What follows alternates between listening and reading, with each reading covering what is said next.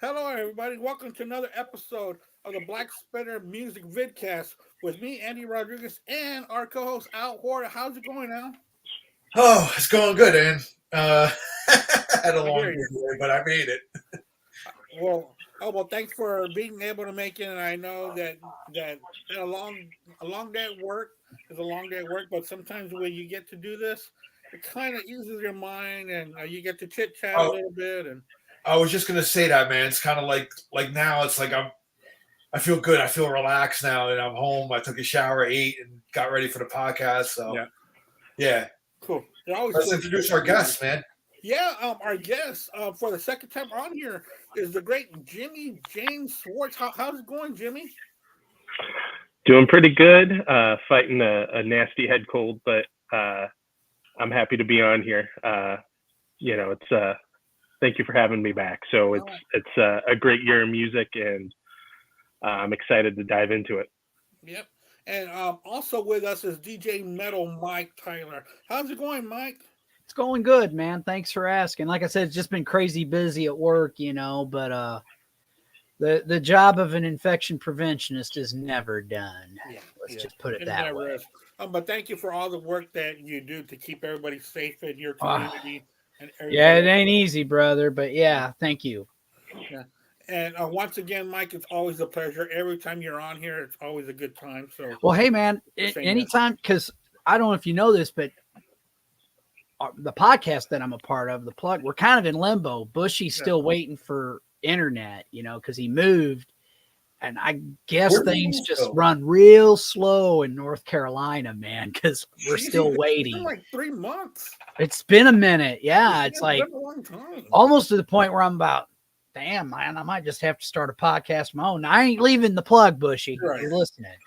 But, I'm just saying, but I still have the radio show that's now on Cranium On Radio Friday nights. every Friday night, Yeah. and, Yeah, every Friday night. so I appreciate Appreciate it, man. everybody that listens to that as well. Cause I mean, Great. doing this and doing the radio, it's therapeutic for me, man. Yeah. I don't know what I'd do without all this. So, Yeah. Yeah, I was just gonna say that, man. Like after a long day at work, it's like I'm happy to do this, man. It's gonna kind of talk about. We're gonna talk about our favorite stuff, man. Music, right, you know what I mean? right. And a great year.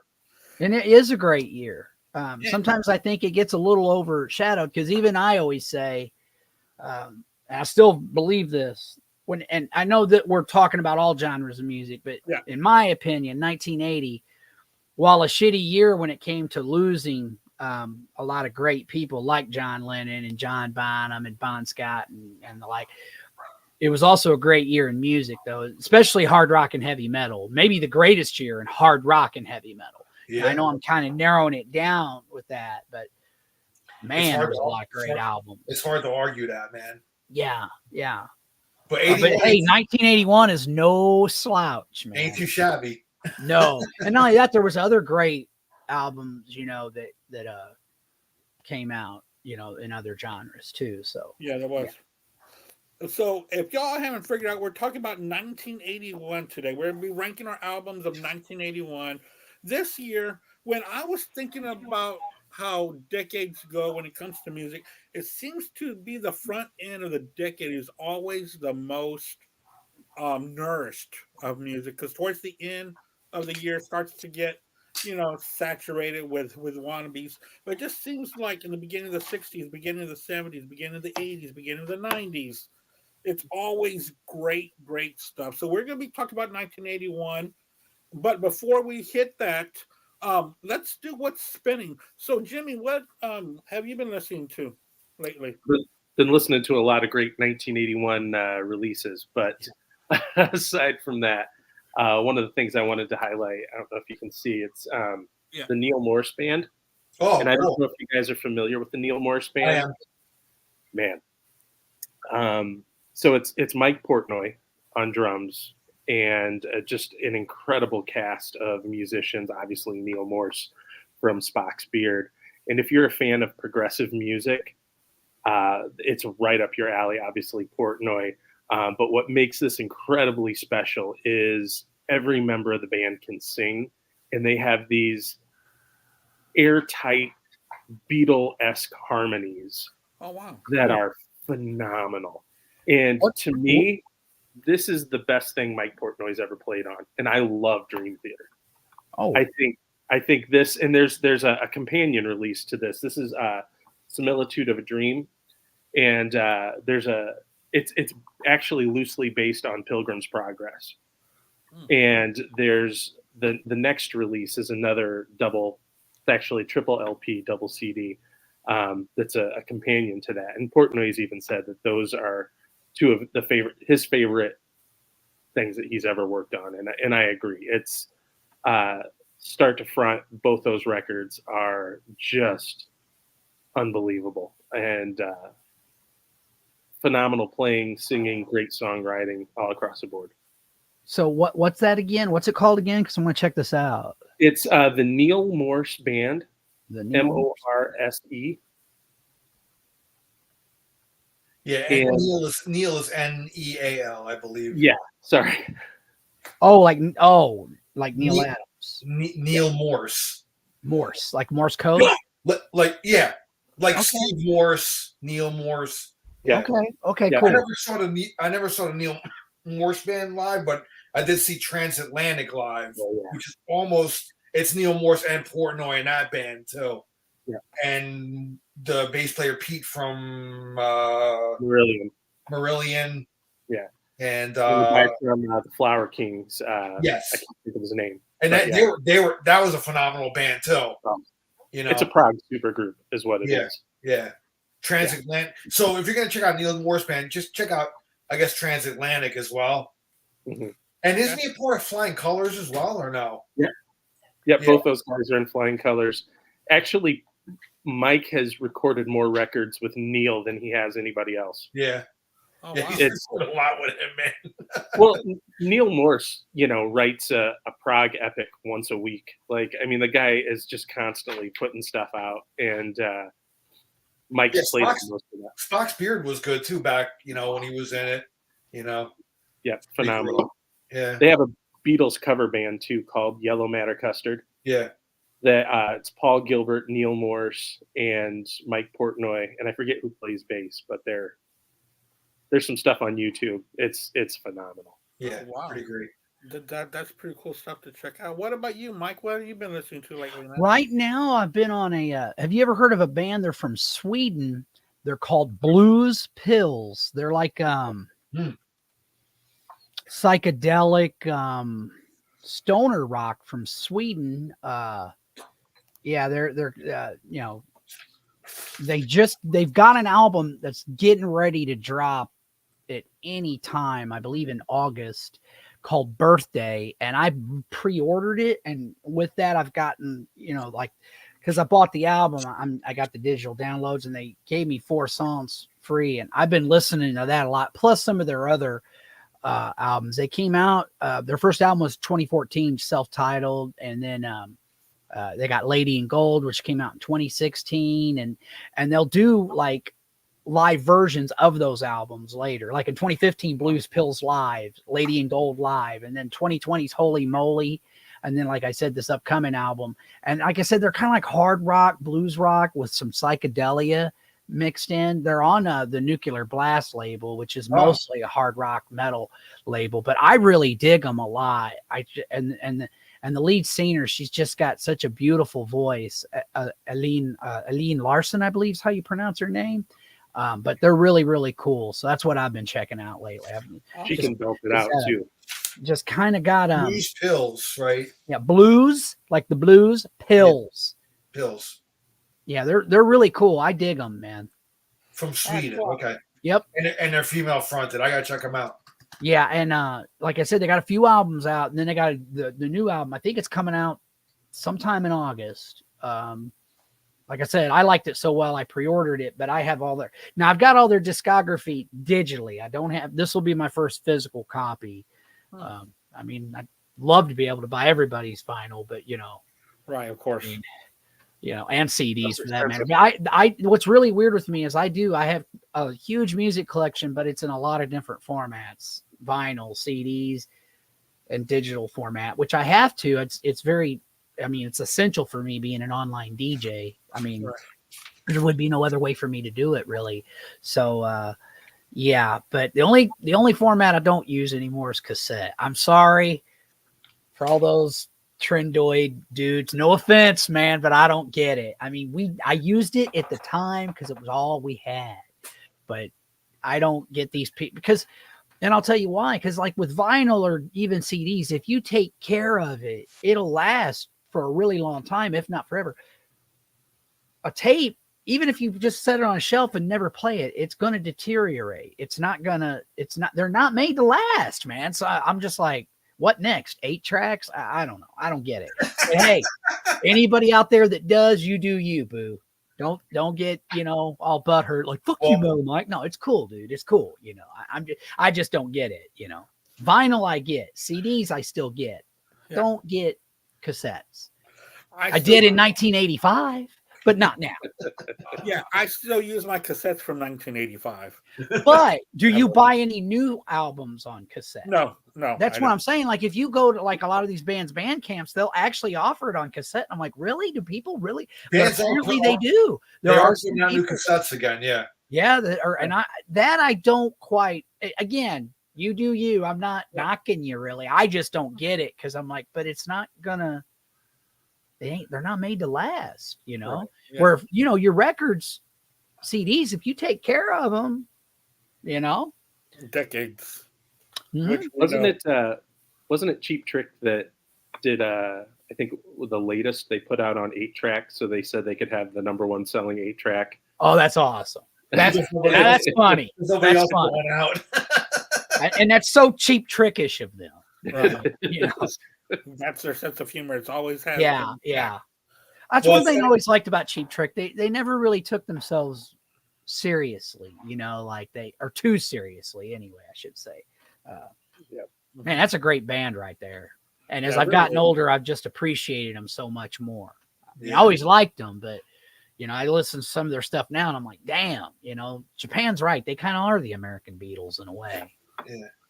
Yeah, they're an interesting bunch there. Yes. And not just musically, but also personality-wise. They all have their own. Well, one of the things always cracked me up about them is how they all looked. Like you had the two dudes, Robin and the bass player that look like rock stars. Oh, yeah. And then Bunny looks like he could work at IBM and Rick is just like, he kind of looks like a nerd, or a geek. It's like, it's just, even as a kid, I always thought that was weird. Like, I'm like, well, those guys but those guys, like Bunny looks like he could be working at the office, a suit and tie but it worked. Well, that was their gimmick, man. The 2 pinups and the 2 oddballs, man. Yeah, but that's what made it, but it was a great gimmick. But they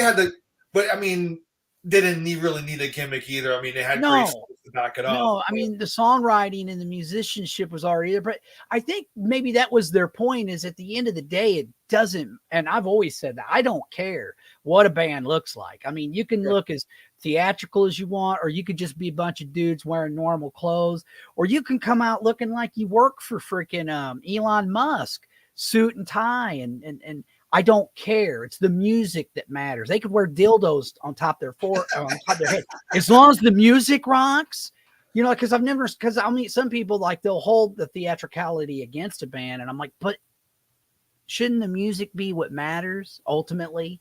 I mean, I've always, and sometimes I think with certain bands, I did like the look, and then other ones where I'd be like, well, I don't know if I like the look so much, but man, the music's awesome. So at the end of the day, it doesn't really matter. I mean, a gimmick's going to burn out quickly. You know what I mean? Sure. Again, perfect example. And I don't want to get in the Kiss vortex, but I get so tired when people go, oh, nobody remember. I'm bullshit. Number one, Neil Bogart signed them on the strength of their music alone. He tried to talk them out. He tried to talk them out of using the makeup, Yep. He was like, no, don't do that. But they were like, no, this is who we are. This is what we're going to do. But I'm like, I'm sorry, man. They wouldn't have made it if it was just on the show and the spectacle and the makeup. I mean, real quick. If the songs weren't strong, it wouldn't have mattered, in my opinion. That's just my opinion. Yeah, anyway. But they put 2 great things together, Yeah, exactly. Like peanut butter and jelly. How do you lose, man? Yeah, because you can't eat a jelly sandwich. Why would you want to bitch about peanut butter and jelly? Yeah. It's kind of like Reese's peanut butter cup. Hello. Yeah. Hey, there's no wrong way to eat them, right? Right.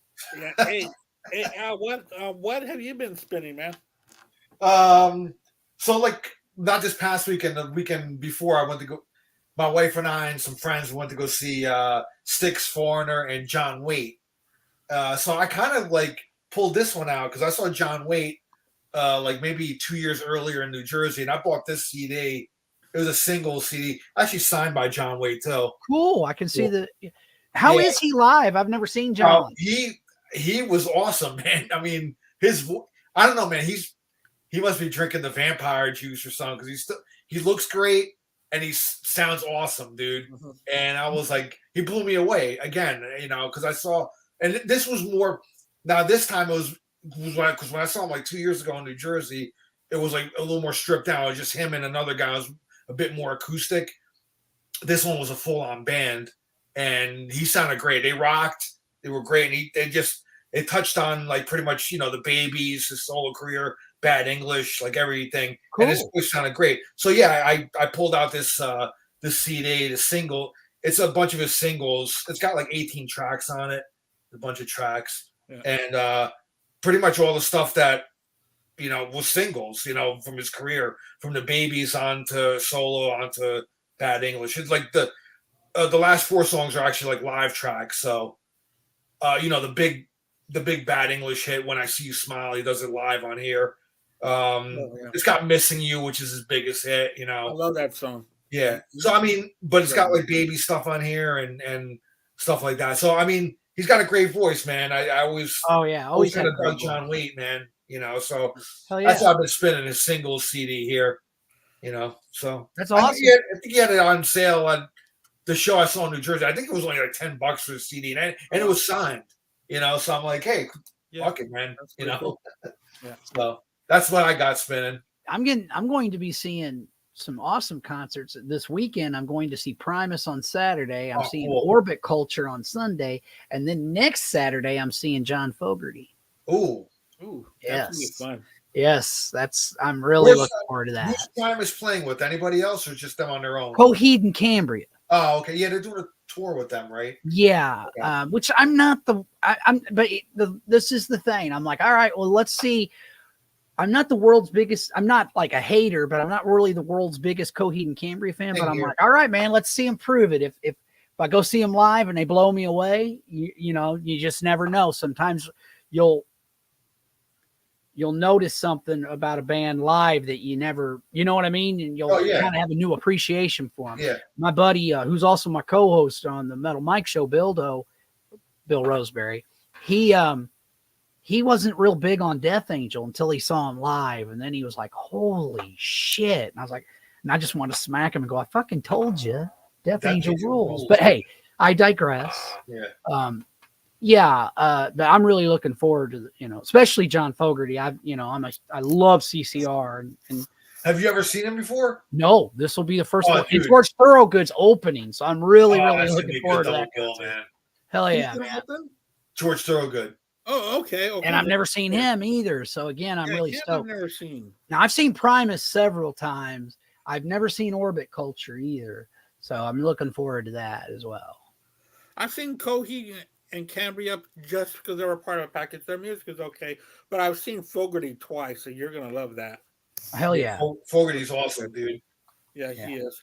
I've been. I was on vacation last week. I went to Hot Springs, Arkansas, and every time I go out of town, I go to a record store because that's my souvenir. I pick up something from out of town. So there wasn't that many record stores there, so I went to one that had 5 stars, open 9 to 5. I drove out there, was a little bit in the outskirts. I get there, the sign says out of business. Okay. Oh. So I went to another one that was across the street from a pizza place that from a pizza and brewery that my wife had ate at the night before. So I went in there, Dean Martin City. I was like, oh man. So I said, I guess I'm not going to get nothing here. So I'm driving home, and before I get to my house, I stop at a record store here in Houston. So I go, well, this counts because I'm not really home yet. So I stopped in there, and I found this. It's something I've been looking for. Oh, I love that album. Alice Cooper Show. That is a great live album, man. Yeah, I really loved it, man. So I was excited to be able to find this It looks pretty I mean, mint, too. I'm going to say right now, I think the live versions of those songs, especially his solo stuff, like you know, You and Me. obviously Black Widow, You and Me, Devil's Food, all that is better than on the studio. Not that I'm disparaging the studio versions of those songs, Right. but holy shit, is it so heavy? And Dick Wagner's just wailing on that record, man. The guitar on that is insane. Yeah. Great record. Great record. Well, I Love the Dead. Hell yeah, dude. Yeah. You can't. Yeah. So I've been digging into this. And this is one of the It's pieces pretty that new. I've been missing by them. So It looks pretty new. It's pretty mint, man. Is it? yeah, it's pretty mint. It is used, but man, it looks great. No, it looks good, man. Yeah. Yeah. That's one of my twin brother Marky's favorite records. He absolutely, well, I love that record. You know, Yeah. it's kind of like a Tyler thing. I mean, it's just a great album. Great pickup Yeah, there. Tyler House, huh? So, Cool. thank you so much for sharing y'all what's spinning. We are going to be talking about 1981. Certain things happened in 1981. The LA Dodgers won the World Series. Ugh. The Oakland Raiders won the Super Bowl that year. Also, the Celtics won the NBA Finals, and also the New York Islanders won the Stanley Cup that year. 4 in a row, man. Huh? Never do it again. The Oscar for Best Picture went to a movie called Ordinary People. I'm not that familiar with that movie. I believe that had Mary That- Tyler Moore in it. No. That's what I was thinking. Was that the Mary Tyler Moore movie? I believe I it know they was did a few dramas around that time. because I think, because it came out in 1980. It's got like Donald Sutherland in it, and Ordinary. Timothy Hutton plays her son, and It was like a drama, right? yeah, and she's kind of, I mean, she was totally playing against type. You know, Mary Tyler Moore usually played really sweet ladies, and Yeah. she was it's not a bad movie. I mean, it's basically what the premise of it is. Timothy Hutton's older brother, I believe, killed himself, or he died, and Timothy he attempts killing himself, and he kind of returns home after an extended stay in a psych hospital, and it just kind of goes from there. And clearly the son who died was Mary Tyler Moore's favorite. It's one of those type of, you know. It's a pretty good drama then. Oh yeah. Especially, I think she won an Oscar for it. If she didn't, she got nominated for one. Because like I said, it was totally against type, man. It was almost kind of shocking to see her play somebody like that, you know. Well, that's cool. I got to go ahead and look for that. Grammy for Album of the Year in 1981 was John Lennon's Double Fantasy. I don't know if that was more of, you know, because of his death, because the album's okay, but I don't know about Grammy winning. But that's just, I mean, how do I put this? I really like the John songs, and I'll just leave it at that. I know, because man, because he had some really strong songs. Like all his songs were strong for his half. So it would have been nice if he would have had the whole album to himself. Were you going to add something, Jimmy? No, I was going to say that was definitely a sentimental pick. I think He probably was. He probably won on the sentimental. And song for Grammy for Song of the Year, Kim Carnes with Betty Davis Eyes. She's got Betty Davis eyes. Oh, I remember that, man. Yeah. Jeez, that was on the radio all over. That was a big All one. over the place. And if you see, like, I'm like, y'all ever watched like a Betty Davis movie? You know what she's talking about, man. Betty Davis had those beautiful eyes, dude. Like, you've never seen she sure anybody else. did. Yeah. And the most watched TV show in 1981, Dallas, which that might have even been the year when Who Shot JR. Then I don't think there was ever a clear answer. It was just bait. But that's what was Oh, there happening. was. It was the chick he was having an affair with. Okay. He jilted her. Oh. My mom Well, guessed it right jilted too. Her name, I everybody. think her name was Crystal, and mom's like, she did it. And My mom was really. lo and behold, into my that, mom too. was right, man. My mom was Oh, yeah. really into Dallas too. Oh yeah, so was My mom mine. was way into it too. Yeah. Because there was only one TV, but it was cool because she would watch the Dukes of Hazzard with me So I'd say and watch Dallas with her because it was like on. Because that was a CBS. Yeah, I think that was CBS, right? Yeah, on Friday night. Yeah. Yeah. Damn, All right. we're old, man. We used to have only like 3 or 4 channels, man. Hey man, but we made it though, right? We made it. Yeah. So that is what was going on in 1981. Now we're going to talk about our favorite albums of 1981. There was a wide variety of music. I did kind of stayed in one area because it was hard to stay away from the area because these albums were so good. So let's get started. We'll start with number 10. We'll go Jimmy, Mike, Al, and myself. Go for it, Jimmy. What's your number 10, man? Number 10. All right. So I am I'm glad we're going 10 because this is, like I said, a hard list. And I can't say that this is my absolute favorite era of this band, although it's really close. I had ignored for a very long time because I was original lineup. But this bad boy right here, I didn't listen to the Dio era Sabbath for years because my sister had a boyfriend who said, "Oh, Ozzy only," and I looked up to this guy. Never gave Ronnie a chance, and then I had a buddy who had one of those cassettes that had Paranoid on one side and Heaven and Hell on the other side. We used to listen to Paranoid constantly, and then one day he flipped it over and I heard Neon Nights, and it was like the world stopped. Ronnie is my favorite metal vocalist of all time. And I love Rob Halford, but it's not close. There's just something special about Ronnie. He had a quality that you can't train. He just had it. And Sign of the Southern Cross on this. Oh, God. That's such a fucking epic. That may be my favorite heavy metal song of all time. If an alien were to land on Earth and ask what should heavy metal sound like, I'm probably giving him this or Heaven and Hell and saying this is what heavy metal is. And it's my number 10. Great choice. On off with a bang. All right. All right, Mike. What are you coming up with, man? All I can say is we'll talk about that album later. But great choice, bro. Awesome choice. Yeah. Love that album. My number 10 is and I had a hard time ranking this. I always do because I love a lot of these albums. Now, some of the albums I picked were ones that had an impact on me at the time. Some of them are ones that, as I've gotten older, I've appreciated more, or almost kind of like, I mean, I knew the greatness was there, but I don't know. It's like sometimes it just flips a switch where you're like, oh my God, you know. But this one was an album that came out. And they played it a lot on our local rock station, KC95, and that's Triumph with Allied Forces. Yeah. I mean,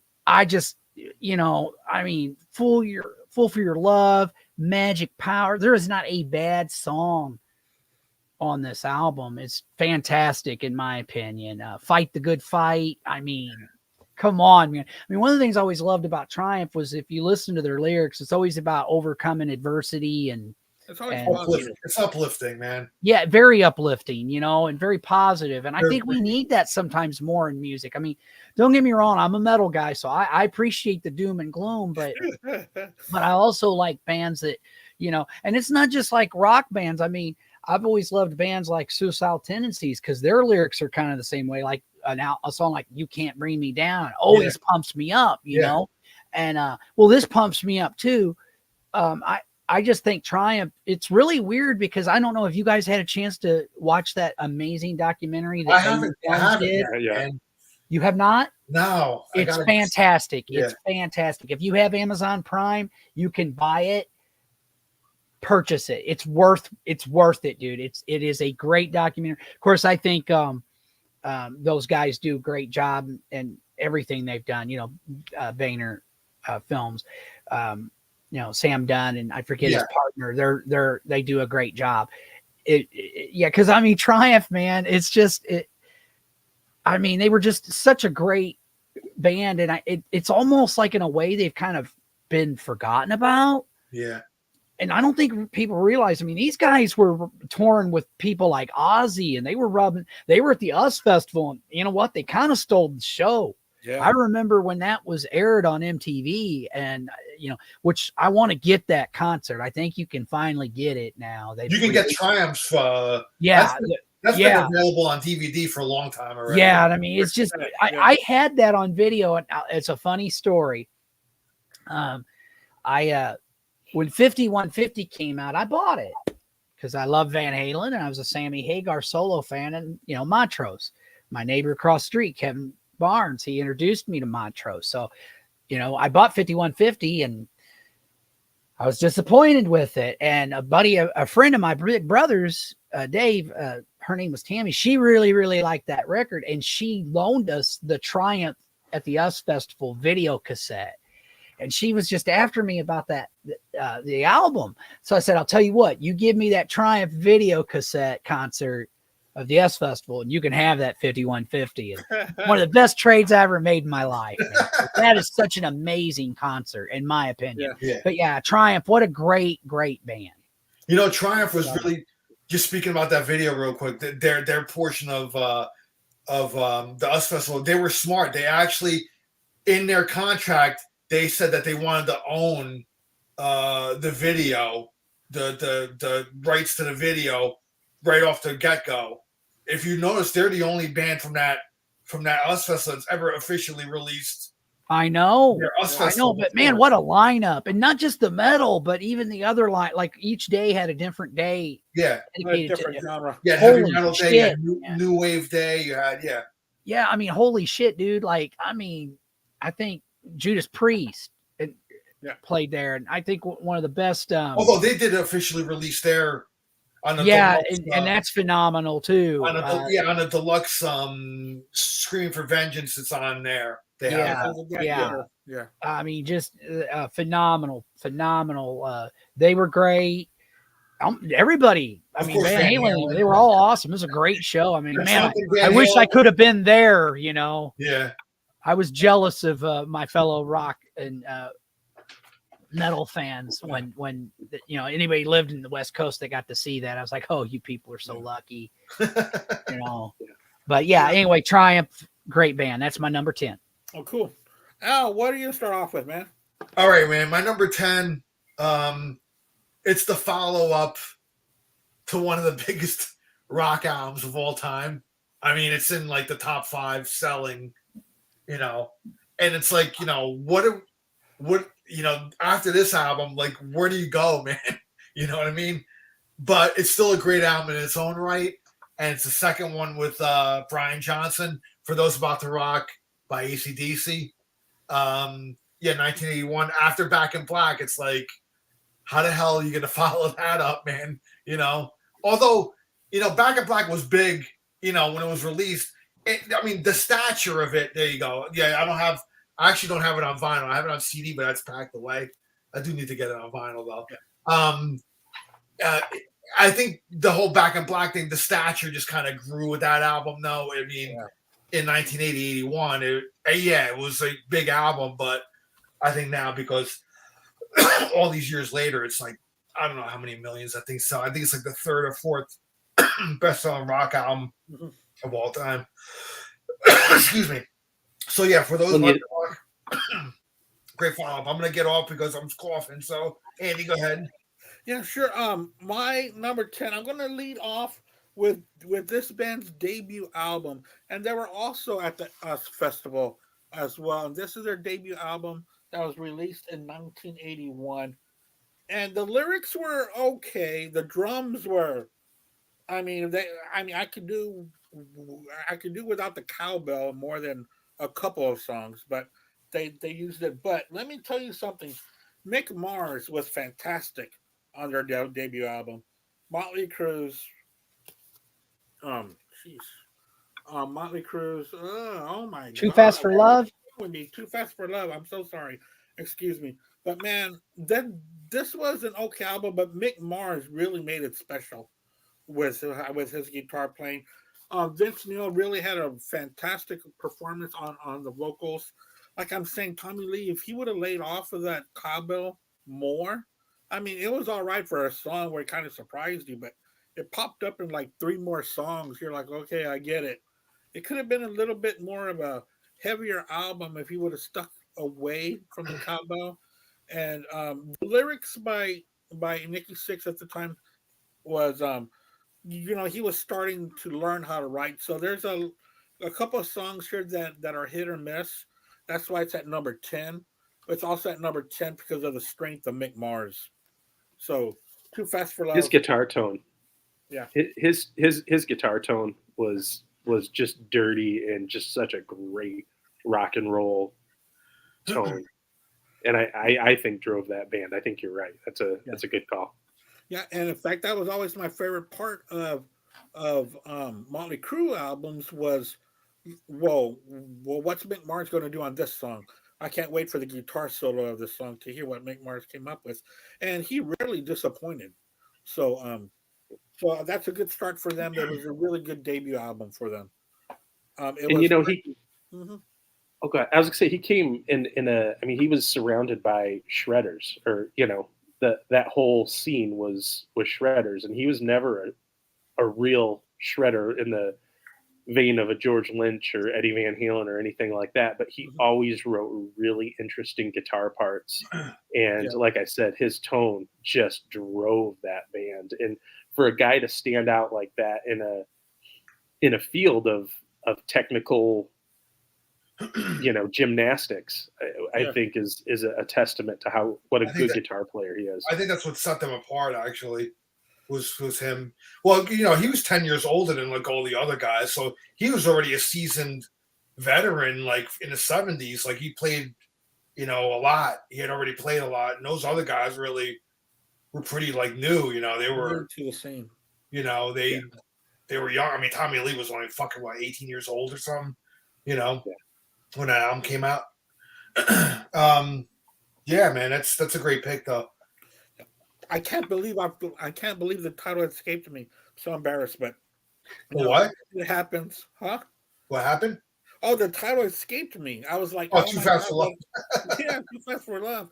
I guess I got camera shy, for being on camera for the 100th time or whatever.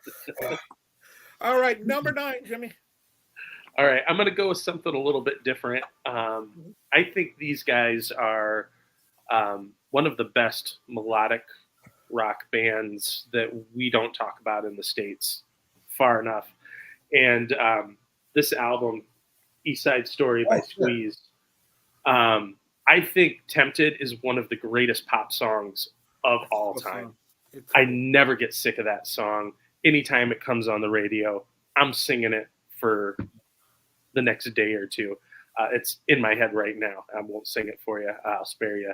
But these guys had just a knack for writing really good pop melodies. And I think we overlook that sometimes, how important that was. We think it's a simple thing, but if it were simple, more people would do it. There's only one Lennon and McCartney. And I think these guys did a pretty good job of writing catchy hooks, catchy songs. Pulling Muscles from a Shell is another great song. And I think aside from heavy music, this is some of the best stuff that the early 80s had to offer. Different and Tilbrook, man. Great songwriting duo as well. Yeah. Great pick, man. My wife loves Squeeze, dude. As a matter of fact, we're gonna go see. Oh, good. We're gonna go see Squeeze in a couple months. They're playing down here in Florida. So. Oh wow. Really? Yeah. I didn't realize they were still playing. That's yeah. We saw them. We saw them a couple years ago before COVID. It was like pretty much right before COVID hit. It was them in Hall & Oates. We saw them at the Massacre Garden. It was great. And I saw Squeeze with Cheap Trick. They toured together, probably a decade ago. Yeah. That's a cool lineup. Yeah. That's a really cool lineup. I've seen Squeeze a couple of times. They're great, man. Awesome. Is that with Paul Carrack? as the lead? As the lead? I think so. I know this. I think this is the first album without Jules Holland. Yeah, Paul Carrick Okay. is on there. Yeah. All right, Mike. What's your number 9, man? My number 9 was your number 10, Motley Crue, Too Fast for Love, man. Just really killer debut album. Now, I'm a guy that I know some people think I'm a Crue hater. I'm not. I think they're overrated, but those first 2 records, Oh yeah. man, I mean, damn. And I will say one thing about even their latter day or stuff after that. I mean, there would be 1 or 2 songs, that I would like from each album after that, but kind of like our good friend Ian Wadley says, 2 great first albums. And after that, lots of filler with 1 or 2 good. And I kind of feel the same way, but I will say this, even the songs I'm not real big on, Mick Mars always had a cool guitar solo to go with it, Mhm. and I kind of put him in the same kind of category as like an Ace Frehley, like not the most proficient, like technical guitarist, but his solos were memorable. And you always knew when you hear Mick, you know who it is. Instantly you recognize it, just like Ace. And I like guitar players like that. When the minute you hear them, you're like, oh, that's so-and-so. You don't even have to hear the rest of the song. You just hear that tone and you're like, oh yeah, okay. So yeah, that's my number 9. I mean, come on, man. Live Wire alone. Yeah. Great. That's one of the best fucking songs, dude. Yeah. Yes. It's a great opener. Damn. Well, great opener. Right. What's your number 9, man? All right. Well, Jimmy mentioned this one before already, so it's going to be Mob Rules. And like Jimmy, like I didn't come into the Dio era until much, much later. Later on, I was always just an Ozzy guy. And as a matter of fact, the first non-Ozzy album I got into was Born Again. So it was the Ian Gillan Love album. that record. Because dude. I mean, I've always maintained that my favorite non-Ozzy era Sabbath album is Born Again. That's my favorite. Like I like it even over the Dio albums or any of the other eras. I love all Black Sabbath though. Like every album has its merits and everything. But my friend of mine, he had the Born Again on cassette, and I was like, dude, what's that with the fucking devil baby on it? He's like, that's Sabbath, but it's not with Ozzy. It's the guy from Deep Purple.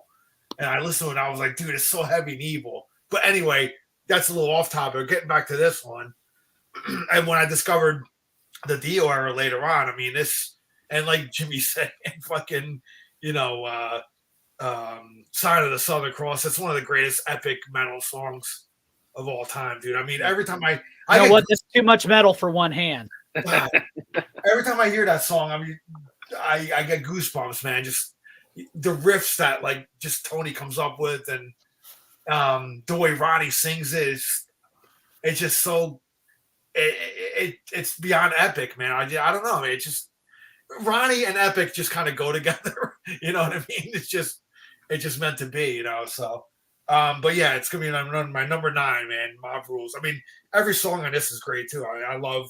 I mean, Turn Up the Night's a great opener. Voodoo, Sign of the Southern Cross. I mean, Falling Off the Edge of the World, another great epic. Country Girl. I love Country Girl myself. It's a good song, but It's so uncharacteristic. yeah. But I think that's why I like it as much as I do. Yeah. It's just like, whoa, Yeah, but it's kind of cool. It's cool. They give it a little light to the album. You know what I mean? Yeah. But going back to Sign of the Southern Cross, man, it's like Tony Iommi. I used to always like read his interviews and stuff like that. And he was like, he always said, like, I think there was like one quote he said, he's like, sometimes the space between the riffs, like the silence or the space between the riffs, is as important as like the crushing riff. It makes the riff more crushing. Like when you add like a light and shade, kind of thing, because and Sign of the Southern Cross is just, it's full of that, man. Kind of the start stop with the riffs and all that. And then, he lets the guitar drop and just let the bass and drums and lets the tension build, and then boom, just so good. I'm getting goosebumps talking about it. But that's my number 9, man. Mob Rules, man.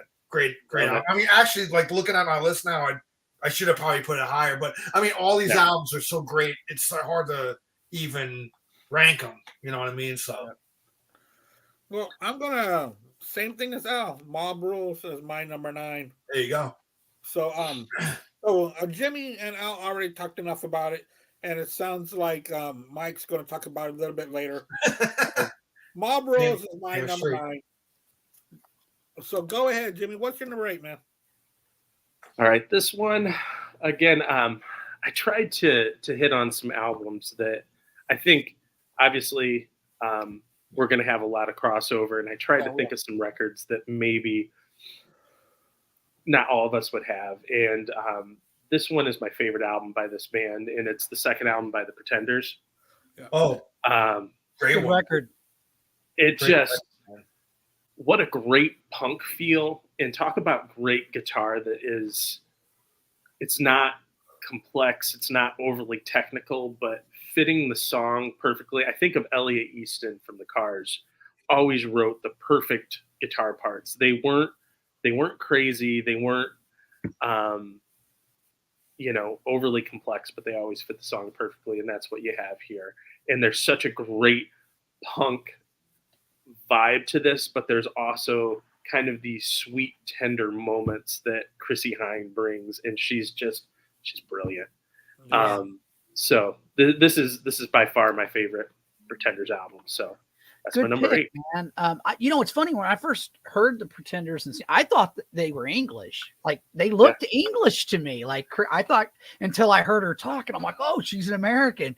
I thought they were British for sure, man. I really did. I think some of the members are. I think some of the band members I thought she was too, and it kind of shocked me when I saw an interview. I mean, this is when I was just a kid, and I was like, oh, she's American, because she looks British, like she just has that look, Then you find out she's from Akron, Ohio, or whatever. Right. I'm like, hey, who knew, but you never know. You can't judge a book by its cover. But yeah, good choice, man.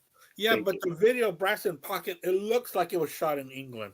You know what I mean? With the way that the cafe was, and like all that looked kind of English making. Yeah. Well, and they do have that English punk vibe, so it's big time. I can 100% see that. 100% see that. Yeah. Chrissie Hynde's a badass too, man. Yeah. She is. All right, agree. Mike, what's your number 8? Well, I'm Metal Mike, right? DJ Metal Mike. Got to live up to my name. I can't live up to my name if I don't have this album, and it's really the only live album on my list. Motorhead, No Sleep Till Hammersmith.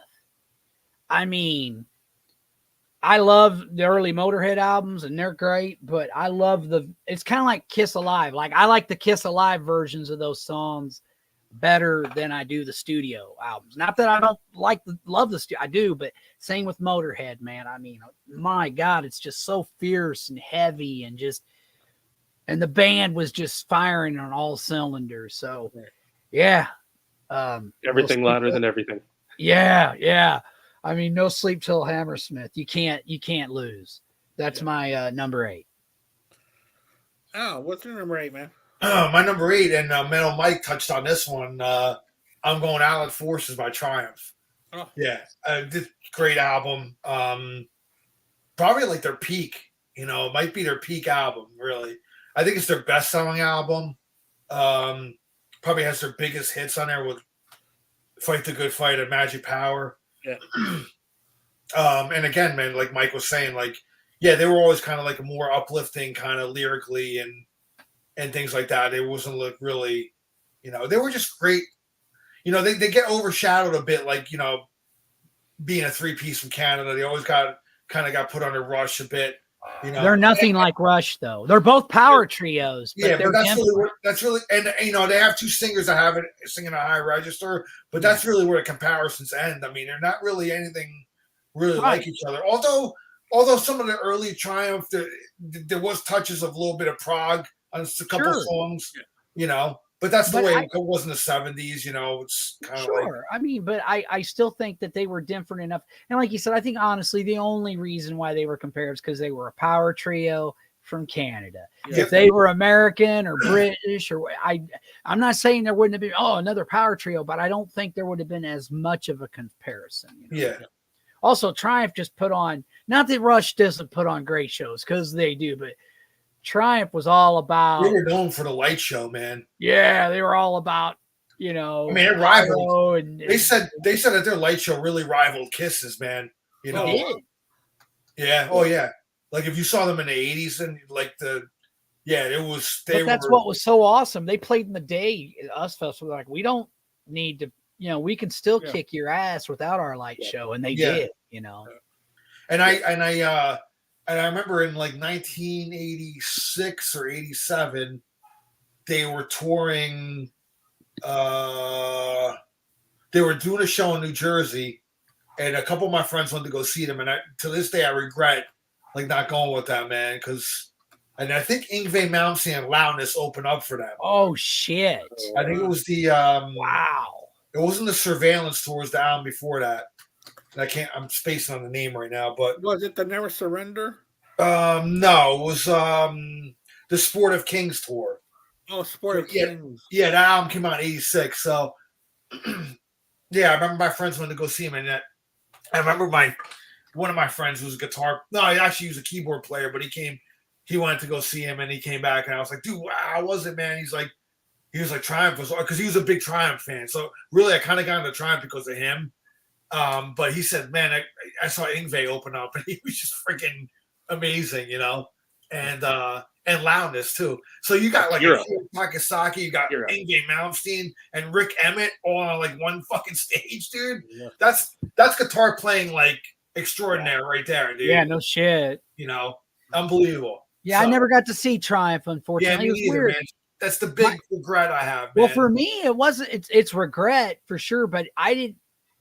My parents were really strict. It was weird. They'd let me have the records and the posters, but when it came to, because as I said, my neighbor across the street, it was like a big brother to even my older brother, to all of us. He would offer, I'll take. No. You're not going over to St. Louis. There's going to be a bunch of druggies, and they're going to get high, and there's going to be a bunch of weirdo freako. And I'm like, what? So I didn't get to go. I missed a lot of your like. Okay, Ozzy and Motley Crue when they were touring for Shout at the Devil and Bark the Moon. Are you fucking kidding me? I would have loved to have seen that. Missed it. All them legendary tours. I missed a lot of them. Now, with that being said, once I came of age, I caught up. Yeah, I've seen a lot of great shows. But yeah, man, I didn't get to see like Triumph or any of those bands. Back in the day. Right. Never got to see Dio. It breaks my heart to say that. Yeah. So me either. I'm with you. That's my number 8. Andy, go ahead, brother. Yeah, I saw Dio several times because he was touring a lot there in the late '90s, early 2000s.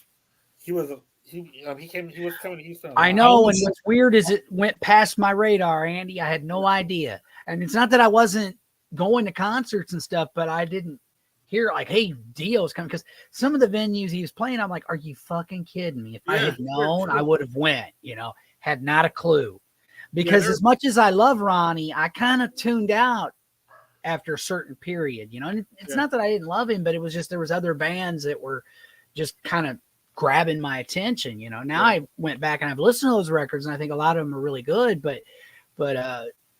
I was really, really into Dio, like with the first 4 5 albums. Yeah. Right, yeah. And but I was a fan before that because we'll get into all that later. I'm digressing. Go ahead. No, that's right. I don't have anything else by this band but this one album. I was never really interested in buying anything else by them, even though they have a huge catalog.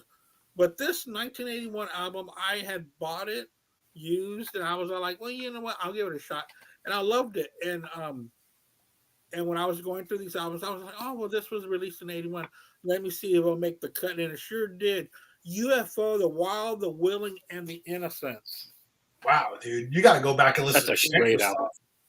But that is a great album. That's a good album. That's a great album. And, I've tried listening to a couple of their most known albums, and they were just like okay, but man, this one was completely different to me. So this hit number 8, and the way that I did this is that I heard all the albums that I was going to pick, and I had a ranking of 1 to 5 on each song, and some songs had 5 or 3 or 2 or 1, and I would come up with a little chart, and that's how I ranked these. So the way that my ranking's going to be, it's going to be a little different than what it would have been like a month ago because I was doing it like this. So there's a couple of albums that I was like, ooh, that's that low. And so I was like, wow, that's pretty high. But it's because I was doing that song per song. So UFO is my number 8. I believe this is the one that has Paul Chapman is on guitar on here. Yeah, that's the Paul Yeah. Chapman. And Phil Mogg and Pete Way, of course. So Paul Chapman was a great guitar player too. He was a good, but I mean, it's tough to follow up Michael Schenker, but he definitely held his own though. He was great, man. That's a great album though. Yeah, that was a really good album. And I was very surprised when I had heard it, and then when I heard it again, I was like, wow, this is going to be in my top 10 for sure. So my number 8 is going to be UFO. All right, number 7, Lucky 7. Jimmy, go for it. All right, so I'm dipping my toe back into the metal world, and for you, Mike, and this is a band that I didn't get into until much later in life, and it was actually through our friends over at the Rock and Metal Combat podcast, and it's Saxon, Denim and Leather, and man, I love this band. I absolutely love this band.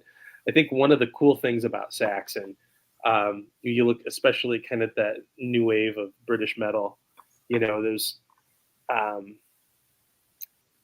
they were a band to me that kind of stood out because they were one of the few bands that really didn't write about dark things. They weren't writing about satanic stuff. They weren't writing about really dark things. I mean, the first song on that album is about a steam engine that's in an old scrapyard, Princess of the Night. I mean, how cool is that? They wrote songs about, the JFK assassination and Strangers in the Night about, trying to land a plane, or I can't remember the full story, but there was always some really cool element to their songwriting. And I love Biff's voice, the playing, and talk about a band that has released in their later era.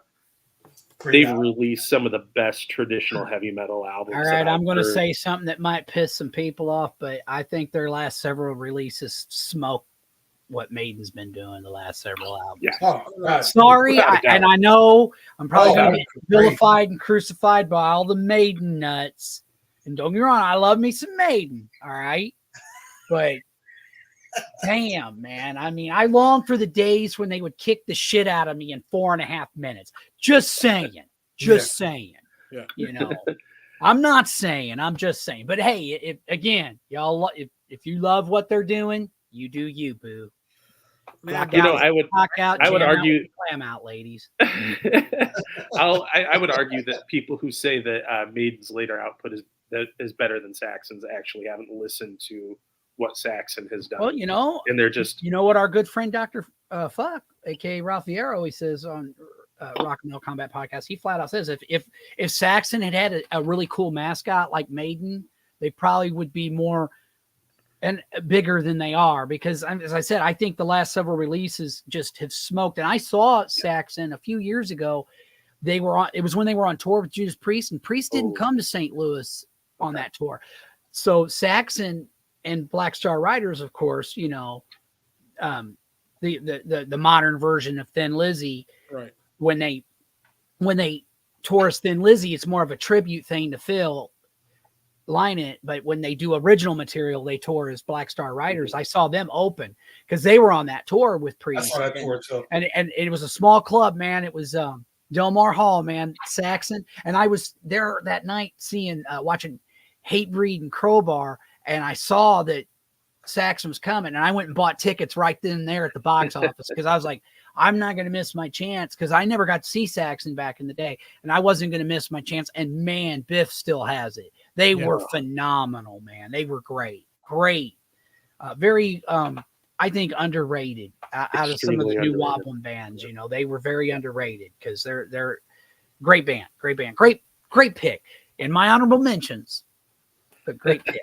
Yeah, mine too. They're in my honorable mentions. Yeah, Because we had the +5, and then I had quite about a dozen more honorable mentions. Yeah, I saw Saxon in May, and they were great. I mean, Yeah. they were wonderful. And Black Star Riders was really cool too. Yeah. Yeah, but also that last Saxon album that came out this year was also fantastic. Dude, I think they've been on a roll the last 5 or several years. I mean, And they they're just Carpe Diem. yeah. I mean, I'm like, man, whatever they've caught lightning in a bottle, rejuvenation and whatever, man. It's giving them a shot in the arm, man. They're just really rolling on all, pistons or whatever the fuck I'm trying to say. Right. Great pick, man. Thank you. All right, number 8. Seven. Seven. I'm Seven. sorry. All right, one of my Yes, all-time Is this favorite bands Yeah, when it so- comes to metal. They are if I say Black Sabbath is 1, these guys are 1A. I've said it many times on my radio show, and I've said it many times on the Plug podcast. Judas Priest, Point of Entry. I know this record is kind of considered by some of the hardcores, but to me at the time, it was just the new Priest album. I didn't think anything differently than I did from it was just the new Priest album. I never understood, and I was not aware that there was any kind of I guess there was some of the older friends like, what the fuck? I was not one of them. Of course I was just a kid, but to me it was just the new Priest record. I wasn't like, what the fuck, until I heard Turbo, but that's a whole other conversation and story. And it's funny because what's her face? Such a sweetheart. She posted on Facebook today about how she would love to see Priest perform that album and all their in its entirety. And I was like, whoa, I I'm saw like, I saw that. Was that Trinity? Yeah, it was Trinity. It was Trinity, Yeah. man. And she's such a sweetheart. Her and her guy, Connor. And I just said something like, not one of my, but hey, you do you, boo. That's awesome that you feel that passionate about that album, because, and then she said something like, she puts it right up there with Scream for Vengeance. I'm like, hey man, another person's, opinion. Yeah. Another person's, I don't forget it, pile of crap or whatever, monstrosity is another person's masterpiece. Yeah, that's what I said. Another person's monstrosity is another person's masterpiece. I mean, if we're going to talk about albums that came out in 81, that to me is a fucking monstrosity. Yeah, Bushy, I said it. The Elder sucks. Anyway, moving on.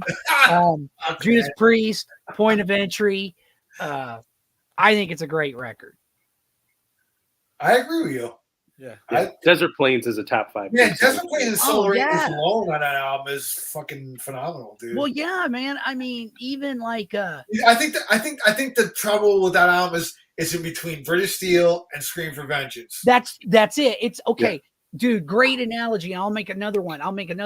Or a great statement there, because to me, I feel that way about Megadeth. So Far, So Good, So What. Yeah, Some people want to bag on that record, and I'm like, I love dude, that that album fucking rules. The only problem is it's sandwiched between 2 absolute masterpieces. Rust in Peace and Peace Sells, but who's buying, and Rust in Peace, man. There's nothing wrong with that record. And I had to tell Bushy what was up too when we did our Megadeth retrospective. I'm like, the only reason why people even bagged on that album is it's because between 2 absolute masterpieces. That album rules. Yeah. Right from the Motorhead opening Bomber track is the from same Into way. the Lungs of Hell to the very end. Now that I gotta admit, at the time I did like the Sex Pistols cover. I don't think it's really aged well, but other than that, I mean, come on, man. Well, I think for me, I mean, I love that album. I think it's got the greatest Megadeth song of all time on it, the masterpiece of masterpieces of theirs, and that's now I can't think of the name of it. In My Darkest Hour. In My Darkest Darkest Hour, yeah. And Yeah. you know what's funny? Now, lyrically, he's talking about a horrible relationship, But he and wrote it how- after Cliff Burton how died. but he wrote it. He wrote after he heard Cliff died. Yeah. Yeah. So, and I mean, so there you go. It goes to show you that when you're feeling pain, an artist will always do some of their best work when they're really hurting, and because I think it's a man, what a great song. Yeah. That song rules. Anyway, Judas Priest, Point of Entry. I'm digressing. I apologize. I do that a lot. I go off on little rants and meltdowns. Can't help myself. Yeah, but that's the best part, Mike. So don't worry about it. Well, I've had people I mean, come there's on. people that'll sometimes, when I'm on the air Yeah. or when I'm doing the podcast, they'll say things just to trigger me. I think they do it on purpose because they want DJ Metal Mike to have a meltdown. All People right, are entertained by it. So what's your number 7? Well, Jimmy kind of stole my thunder a little bit, but my number 7 is this one. I remember it wasn't particularly this album. It was actually my older brother had The Power and the Glory, which was the album after this one. I think so. He had that on cassette, and I used to play the shit out of that one. He used to play it a lot, and I stole his tape, and I played it a lot. And then I heard this one, and I'm like, wow, dude, this album is just killer. Yeah, Princes of the Night. I mean, Never Surrender, Out of Control. And the band's played on. Of course, Denim and Leather is such an anthem. And, Jimmy's right. Like, these guys were a little bit different, I mean, going back to another album, Motorcycle Man, they wrote about things like that, like kind of cool. Dude, the riffs just the riffs alone, I mean, they're such killer band when it comes to just riff masters, dude. I mean, that to me, that rivaled Judas Priest, man. Like, right, and what's funny about that? Like, I guess the reason why they're not higher on my list is not that I don't love Saxon, but I have to be honest. At the time, for whatever reason, Saxon kind of missed my radar. Yeah. I didn't discover Saxon until years after that, and then I was like, oh my god, it's like, like I knew who Iron Maiden obviously was, and I knew Def Leppard, and yeah, that's right. Believe it or not, folks, Def Leppard was. I know Joe Elliott tries to downplay it now, but they were new Wob one, okay? Especially those first 3 records. Fuck off to anybody that says otherwise. Yeah, look at that back, man. But yeah, but Saxon, what a great band, and that's the only reason why they're not ranked higher is because as much as I love those records and that record, I didn't really grow up on it. If that makes any sense, it was it was in my later years when I went back and was like, holy shit, man, these guys are awesome. How come they weren't bigger than they were, And how come I didn't know about them in 1981 when I did know about other bands? But yeah, but anyway, that's my 7. Yeah, Denim and Leather. Go ahead, Andy. Yeah, my number 7. I'm going to go with Journey's Escape. Good one, man. Good one. There's so much, and this is almost the perfect openers and closers. You open up with Don't Stop Believing, you close it with Open Arms. So that was a perfect bookshelf. 2 huge hits, man. Songs. Great album. But I will say this, man. When I listen to that album, man, there's some fucking great deep cuts on there, man. Yeah, like even the title track, Escape, is fantastic. Oh yeah, dude. I love that title track. Neil Sean rocks on like some of those. Dude, Neil Sean rips on that album. Yeah, he really does. And the other songs that are on here, Don't Stop Believing, Stone Love, Who's Crying Now, Escape, Dead or Alive, Mother Father, Open Arms. So yeah, dude, this is a really good one. And this is the extended version, the bonus tracks. Where they have Don't Stop Believing live in Houston, Who's Crying Now live, and also Open Arms is all live, which of course you can also get that album, which I had live in Houston. I had that live in Houston, which is so good. But yeah, Escape is going to be my number 7. Great pick, great band, and they really had good album covers too. Different from everybody else, almost all of them were so different. A funny story about Journey is I think I was watching that metal show, the Eddie Trunk, Jim Florentine, and Don Jameson show from a few years ago, and they were over there, I think at it was the Download, some metal festival in Europe, might have been Wacken, and they were interviewing Down, Phil and Kirk and them. And Yeah. somebody says, well, do you feel strange sharing the stage with a band like Journey? And Phil just looked at him and said, dude, Journey rule. Neil Schon fucking rocks, man. And it was like, yeah, duh, I mean, I know a lot of metalheads that love Journey too, man. They were a great rock band, Yeah. I mean, they're really, really good rock band. Oh, interesting.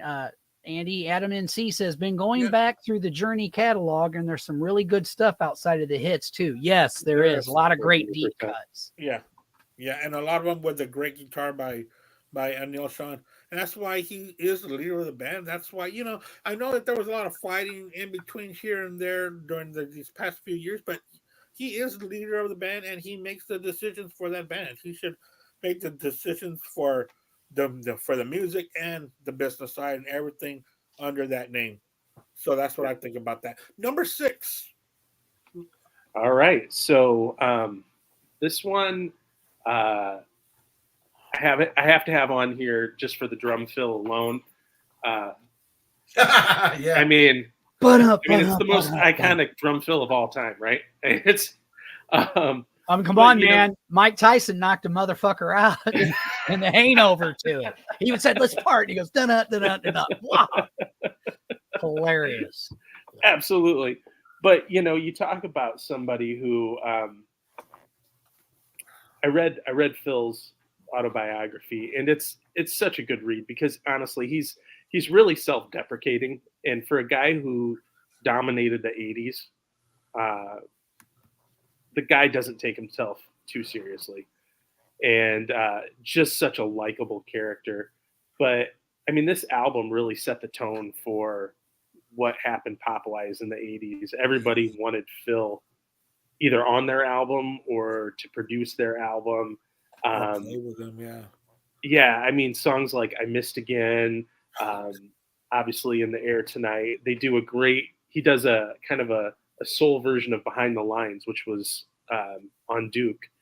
And I think it's his best solo work outside of Genesis. And I've really grown to appreciate Phil over the years. I didn't, at the time, but going back and listening to some of those old Genesis albums, that guy was a phenomenal drummer and a great sense of melody. And it's just a classic. And isn't it weird how they had a pretty big following when Peter Gabriel was in the band, and then Peter Gabriel leaves, and they're trying to find a singer, and everybody they auditioned, they'd be like, "Well, try to sound like this," and Phil would sing, and finally Mike Rutherford was like, "Why don't you fucking sing?" So he becomes the singer, and both bands, both artists. I mean, Peter Gabriel, much bigger deal solo than he was. Yep. With Genesis, and was Genesis, man. They both blew up. Yeah. Man. They were everywhere. Yeah. And at the time, I didn't realize that Peter Gabriel had even been at Genesis, but when I found out, I was like, oh, I could totally hear it. Even with his solo stuff, you could hear it, like, oh yeah, I can hear that, and then of course I've listened to the stuff with Peter, their older stuff. And like I said, it was really weird because they were more of a prog rock band, really. Oh yeah. But yeah, great band, great pick, dude. And the thing with Phil is that sometimes you don't realize, but sometimes his lyrics are pretty dark. Oh yeah, well, dude, that whole album, he wrote it while he was having his divorce. So again, like we said with Dave Mustaine within My Darkest Hour, sometimes you write your best stuff when you're brokenhearted. Yeah.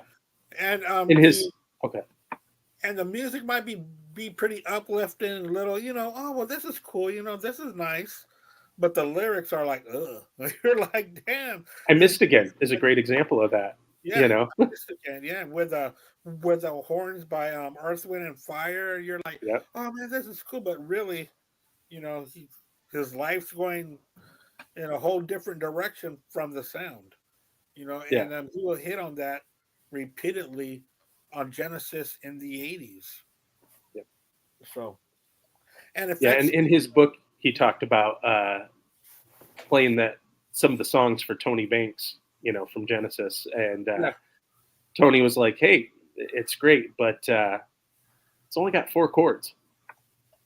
Like, yeah, you talk about the prog aspect of it, Right. that he was Right. kind of busted his chops for it being just 4 chords.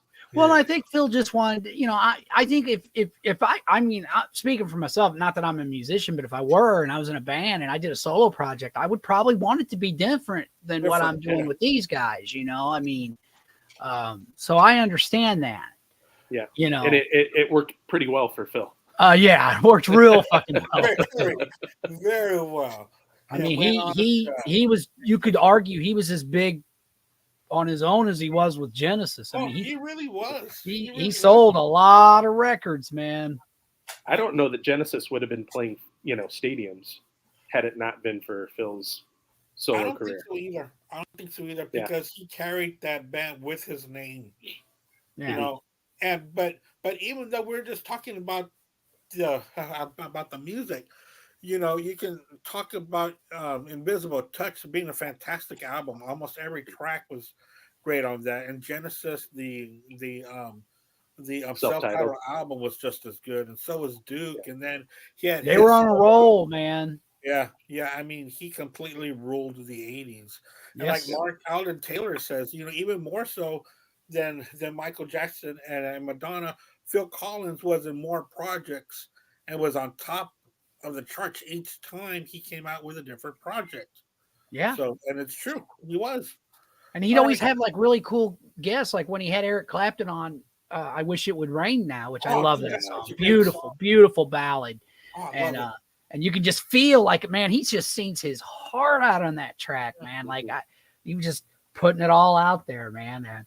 And I love that song. But yeah, man, good stuff. I absolutely love it. And also, Phil produced a lot of Eric Clapton's albums in the mid '80s. Mm-hmm. He produced at least 3 or 4 different Well, I ones. even like the song he did with old boy from Earth, Wind, and Fire, Easy Lover. I like that. Oh yeah, That was a Philip cool Bailey. tune.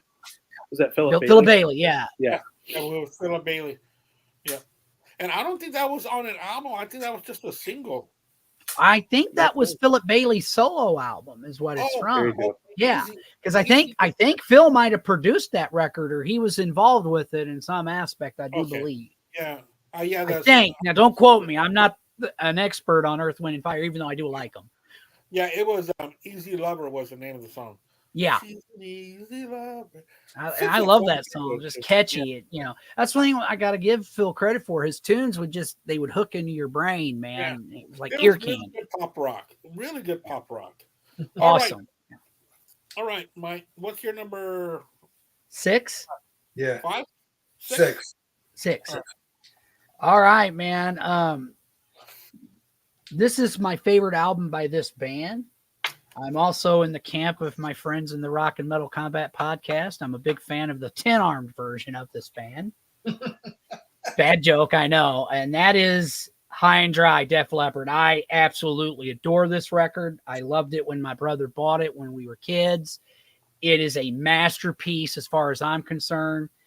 And I'm going to say right now, I think the reason why Pyromania is as good as it is because of the fact that even though he left the band, Pete Willis helped write a lot of those songs. Yeah. Phil Collins, talented guitar player, but I'm not a fan of where he took the band after that. Not that I'm blaming him totally, but I know, and I understand they made a lot of money and sold a lot of records to what is now the soccer mom audience or the MILF audience or cougar audience, whatever you want to call them. I get it, but it just wasn't my Def Leppard anymore. It was neutered. Very much so. But man, I absolutely love this record from beginning to end. I think, and it just blows me away because they were just so young when they did this record. It's their first album with Mutt Lange, and it's just, it's just a great album, man. Like I said, to me, it's a perfect example of. Now, I'm sorry, that's especially the first album, On Through the Night, but even this album, this is no wobbling. But what was great about, again, the first 3 Def Leppard albums to me, yes, there was pop elements in there, but it was the perfect mixture of pop and metal. And that's what I loved about it. After that, I think it became more focused on the pop and not enough on the metal and rock. for was me. quick. And I'm just speaking for me because I know people who absolutely, and I also know there were some people like my co-host on the Metal Mike Show, Bill, who that was his first introduction was what was it? Hysteria. Yeah. Hysteria was his introduction to Def Leppard. And I get it, you know, I mean, timeline is everything, but for me, man, yeah, I tuned out after Hysteria, and I've never really liked Hysteria, but after that, there's a few songs I like, but Yeah. I just remember, and you got to remember, like that album didn't just blow up right away. No, It came out. I remember when KC95 we're debuting the new, and Women. I was so excited, and I remember hearing the album, and I'm like, what? It's watered down.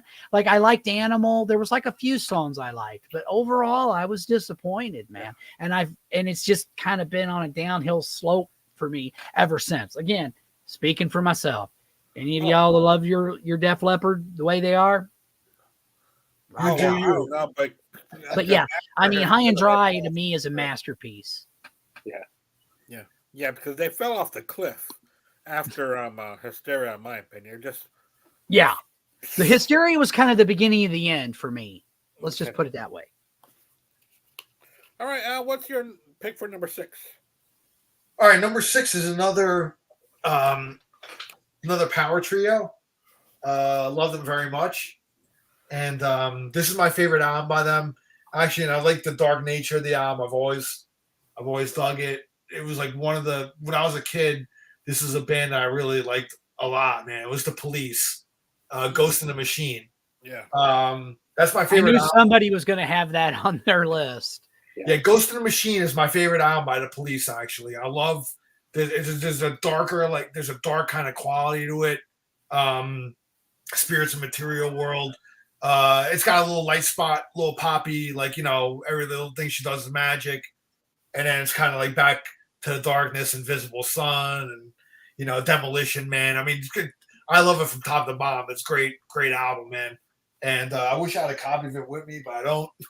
But I do have a shirt with the Ghost of the Machine cover on it, man. And every time I wear that out somewhere, I always go, that's a cool shirt, man. You know? So, yeah, The Police, man. 1981's Ghost of the Machine. Love that album. So it's my number 6. That's a great pick. Thank you. My number 6, I really thought my number 6 was going to be higher. But then when I was going track by track and ranking this and ranking that, I might have made a mess of things. But I kept it where it was. Fair Warning by Van Halen. I got it at number 6. How dare you? How dare you? I knew I was going to tell from but this is going to be my number 6 for now. It could be higher later on, and it was higher before I started listening to everything together. So, Fair Warning by the mighty Van Halen. You know, of course, Mean Street is just killer. Push Comes to Shove, Unchained, One Foot Out the Door. I mean, this is a fantastic album. Don't get me wrong. But the way that I had heard it this past weekend and getting ready for this, I saw others being a little bit stronger. So, Fair Warning by Van Halen. I'm sure that's going to come up later. Yeah, more on that later. Yeah, more on that later. More news at 11. Anyway. Well, man, my list it's changing even as it's morphing and I still am undecided in a lot of areas. And I'm trying to think again of albums that are so good that I don't want to leave them out of the discussion tonight. And so the one I want to make sure gets talked about is Hard Promises by Tom Petty. Follow up to Damn the Torpedoes, and probably my favorite Tom Petty record. You know, you have The Waiting, Woman in Love. Talk about an album that does have a little bit more of a darker feel to it than some of his earlier stuff. It's kind of almost in the way that, you know, when Springsteen did Darkness on the Edge of Town, it kind of almost has that feel and that vibe to me. But one of the greatest songwriters of all time. It just, it maybe you guys may have him on your list, but I just wanted to get it out there and make sure that that we put it on the table. So was that 6 or 5? I can't. It's 5. That's number 5. Okay. Not on my list, but in my honorable mentions. And the only reason why is because I knew one of you guys was going to have it on there, man. Great pick, though, brother. My mom and dad were big Tom Petty fans, so I've always loved Tom. It broke my. He's another one. I could just punch myself in the junk for not ever going to see him, because it was one of those things where I would always mean to, but I'll do it next time. I'll do it next time. And well, guess what? There is no next time. And that's one reason why here in the last few years I've made it a point to make sure I see some of these legacy acts like the Eagles, like John Fogerty, like, because I'm like, I don't know when I may get another chance to do it. It's why I jumped at the chance when I saw that Saxon I was like, oh, I got the tickets right then and there. Cause I was like, I'm not messing around, because you just never know when you might not get to see him. So I love Tom Petty. Great pick. Great pick, brother. Yeah, I love Tom Petty. I was able to see him one time, and man, it was a phenomenal show. It was fantastic. Yeah, great pick, Jimmy. I like I said, it's one of my biggest regrets, man, not ever getting to see him. Me too. The other one, now this was not my fault though. I was going to go see ZZ Top with Cheap Trick, and there was a really, really horrible car accident, and I was delayed for so long because of said car accident that I missed all. I did miss all of Cheap Trick and about half of ZZ Top, and I got so mad that I just went home. I was like, fuck it. And because of that, I never got to see, their original bassist, and that breaks my heart.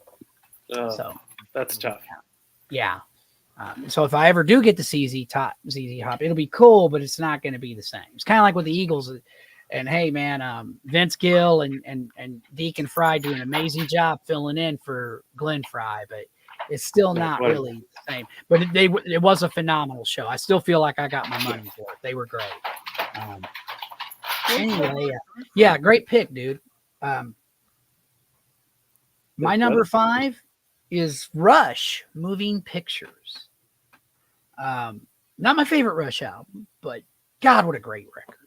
I mean, from the very beginning to the end, not a bad track on it. They were on a roll here, man. I mean, from Tom Sawyer to Red Barchetta, YYZ. Are you kidding me, man? And when I went to Toronto at the airport, they had a YYZ sign. So there's a picture of me pointing at it. I had to do that. I mean, Limelight, the first sign alone is perfection. Yeah, it's just, yeah. And then, of course, The Camera Eye, Witch Hunt, Part 3, Fear, and then Vital Signs.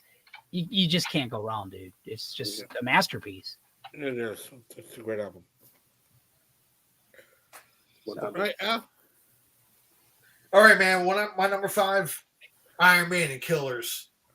I admit it. Well, my favorite. The first time I heard Iron Maiden was because my older brother was Number of the Beast. That still retains my favorite Iron Maiden album. But since then, the first 2 Iron Maiden albums have Paul Di'Anno era has kind of overtook my favorite era of Iron Maiden. I love those first two albums to death, man. And Killers, Martin Birch comes into this. The production steps up a bit. And, I mean, just Wrathchild, Murders in the Rue Morgue, Killers. I mean, top to bottom, it's all killer, no fill. It lives up to its name. All killer, no filler on this album. Not a wasted note. I love it. Paul Di'Anno fucking rules on here.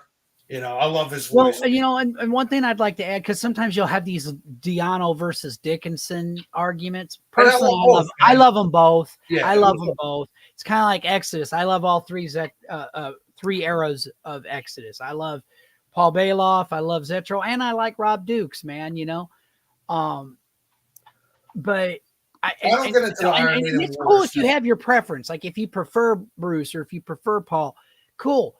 the only thing that bothers me is, and I'll see it's a lot of times in social media, it's like you got these people that want to disparage one to elevate the other. And I don't understand that. I'm like, okay, cool. You like that guy better, but why do you got to rag on the other guy? You know, because let's be honest, Paul Di'Anno did not get fired because of a Billy. Paul Di'Anno got fired because he was fucked up, like really fucked up from what I understand. Like he was like blowing gigs and doing shit that because they were torn all the time. He just couldn't handle the pace and the drugs, and it just got to him, man, you know. So I've always been one of those guys, and this is no disparagement on Bruce when I say this, but I think Maiden was going to they were on their way. They were, you know, I think they would have been just as big with Paul Di'Anno. I'm going to say it. Now, when I say that, I'm not putting down Bruce Dickinson. Bruce Dickinson's amazing.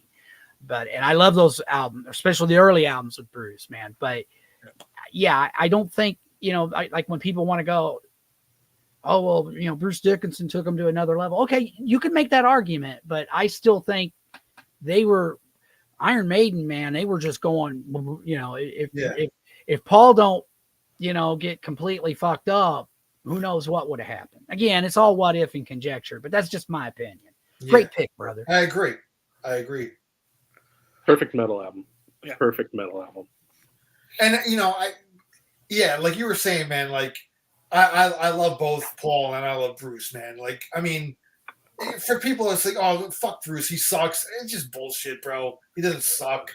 Right. Well, and you know what? It's the same thing to go, fuck Di'Anno. Like, okay, so you're going to just totally discount the first two records. Like, they don't matter at all. Yeah. Fuck you, man. You know, like, get the fuck out of here. Just get the fuck out of here. It's okay to like Power Slave and Killers. Exactly. Exactly. And not only that, like I said, if you like Bruce Dickinson better, cool. But why do you got to rip on Paul, man? Like, I don't know. It's just fucking, to me, it's like mental masturbation without the payoff. I don't get it. You know, like, I don't get, you know, it's like the politics when people want to argue, like, you're really going to change that other person's mind. Exactly. Fuck, man. I got better things to do, you know? I just refuse to get into those debates about, you know, you know, who's better, you know, this era or that era. It's like, it's all fucking awesome, man. Just enjoy it, you know. Like I said, you can like one more than the other. I'm not saying you can't. Yeah. Like, I don't understand where you got to be like, well, it's like Ralph says, I'm such an insecure bitch about who I like. I have to, you know, disparage the other guy to make my guy look better. Okay. Yeah. Whatever. Don't get it. All right, Andy. Yeah. Well, we've already talked about this just now, but Killers is also my number 5 as well. I love the bottom part here where there's some dude fucking hanging off of them. I love that album. That album cover rules still. Oh, yeah. Yeah. I actually have a denim, I have a back patch that could go on a denim jacket of that. And I still need to make the jacket. I'm still like gonna make one, man. Well, when you do, it's gonna be a badass jacket, dude. Yeah, that is a beautiful cover. Yeah. And then there's the back. I used to have this shirt, but I got too tall for it. But yeah, Killers, man. It's a fantastic album. You know, Brother Al already just talked about the whole thing.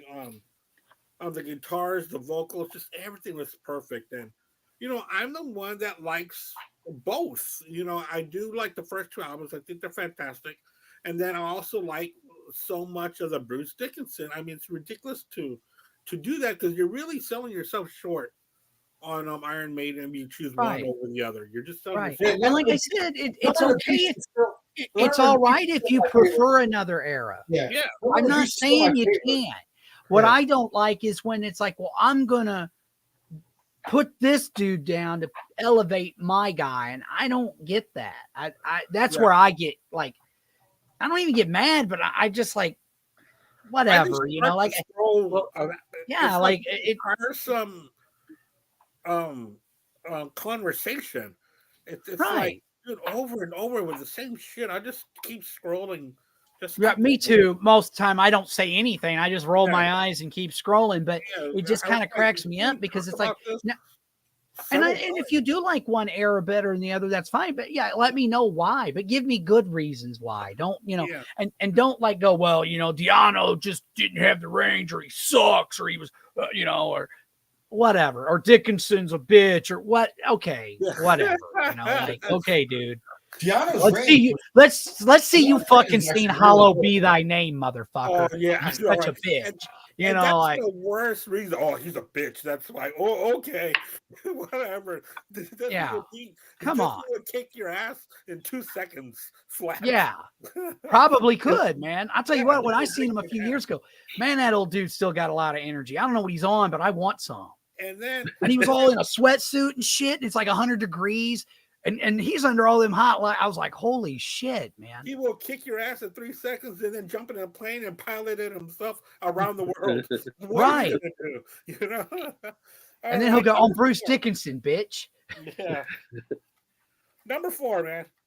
All right, number 4. So I remember, again, this is another band that I didn't get into until much later. And again, Yeah. I owe it to a lot of people in the RMCP Army who kind of enlightened me on the brilliance of this band. And I remember my sisters having the heavy metal soundtrack way back when. And Veterans of the Psychic Wars Oh yeah, always creeped me out. And to this day, love that album. Fire of an Unknown Origin is one of those records. This is one of the records that got me into BOC. Brilliant. Weird lyrics, creepy vibes, brilliant guitar playing, because Buck Dharma to me is the most underrated guitar player in all of rock and roll. That guy, I saw them a couple of years ago in his late 70s, melting faces everywhere. But like I said, Joan Crawford, the title track, Burning for You, it has everything. And Dude, you just said man, I it. love this Veterans band. of the Psychic War. Yeah. Enough That said. song, Enough said. That Yeah. song rules. I that love song it. was on the heavy metal soundtrack too. Yes, yes. Yeah. And that is in my honorable. Well, because we had the +5. That's in my +5. Nice. It's in mine too. I'll admit right now. Yeah. And it was interesting because somebody just earlier mentioned King Crimson. We Yes. haven't mentioned that one, but Al did talk about the Police. And this guy, Polychrome 1201, says there are so many good albums. It had to be really hard for you guys to Yeah, it is. do hard. this list. Yeah, here he goes. Has anyone mentioned King Crimson Discipline, the Police, Ghost in the Machine? And, King Crimson has not been mentioned yet. I have it on my list. It's part of my honorable mentions too. So There you go. All right, Mike. All right. Well, my number 4, is Killers. And I can't add anything more to it than we already have. And then my little meltdown about the whole Piano versus Dickinson thing. Yeah. Great album. Love it. Still love it to this day. It's just a killer record. I think the first Iron Maiden's killer too, though. And that's about all I can say about it. I can't really add any more than what you guys have already said. So I do like the debut more than the. I do too. Believe it or not. I do. I know that's probably not the popular opinion, but that doesn't mean I don't love Killers. I mean, Killers it definitely lived up to its name. It's fucking killer. But yeah, I especially Remember Tomorrow. I just love Diano's vocals. Oh yeah, It's amazing song. And the Phantom of the Opera. Oh my god. dude. Yeah, are you Like, kidding me? Yeah, First epic and man, Yes. this is so hauntingly beautiful. yes, All right, sir. man. What's your number 4, man? Number 4 is this one, man. High and Dry, Def Leppard. Oh, My favorite Def Leppard album. Mutt Lange coming in, didn't slick him up too much yet. yeah. Had that raw edge of the first album, but kind of, still rocking, but it still has a rawness to it. But like now, the songs are really starting to like. I think the songwriting is. I love the first album, On Through the Night, but this album, Yeah.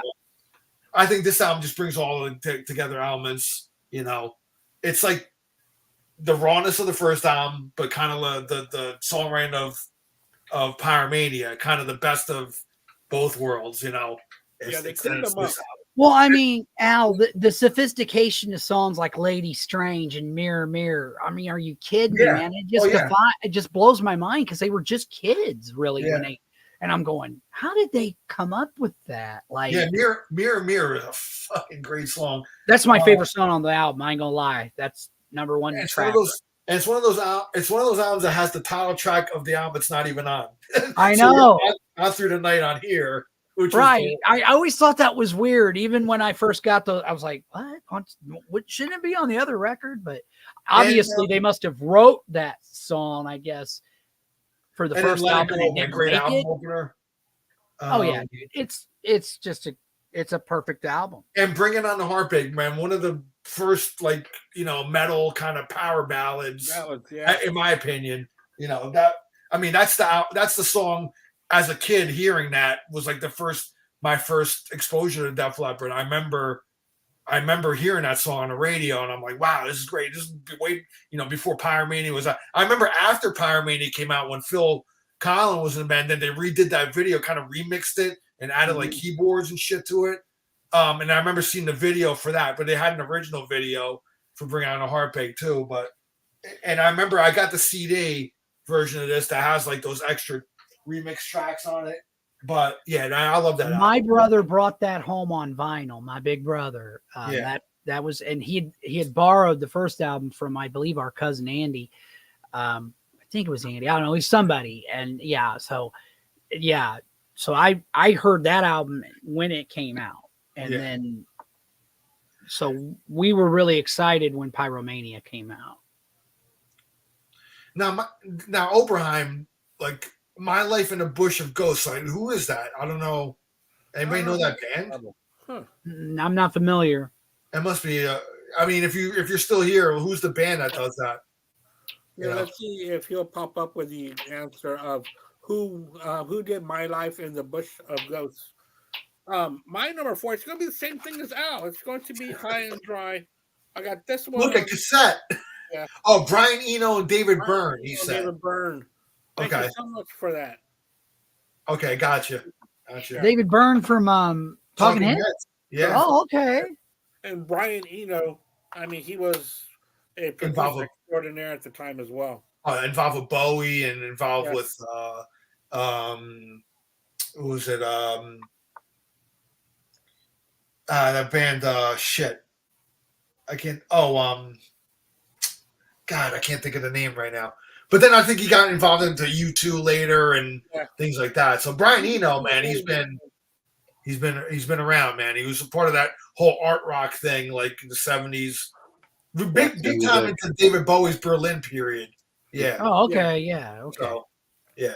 But this one here is a special edition one where it does have Bring On the Heartbreak remixed as well. And they also added at the end of this one, the end of side 1, Me and My Wine as well. As also that's right. Well.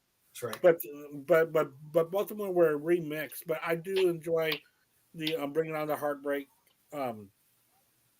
original version over the remix.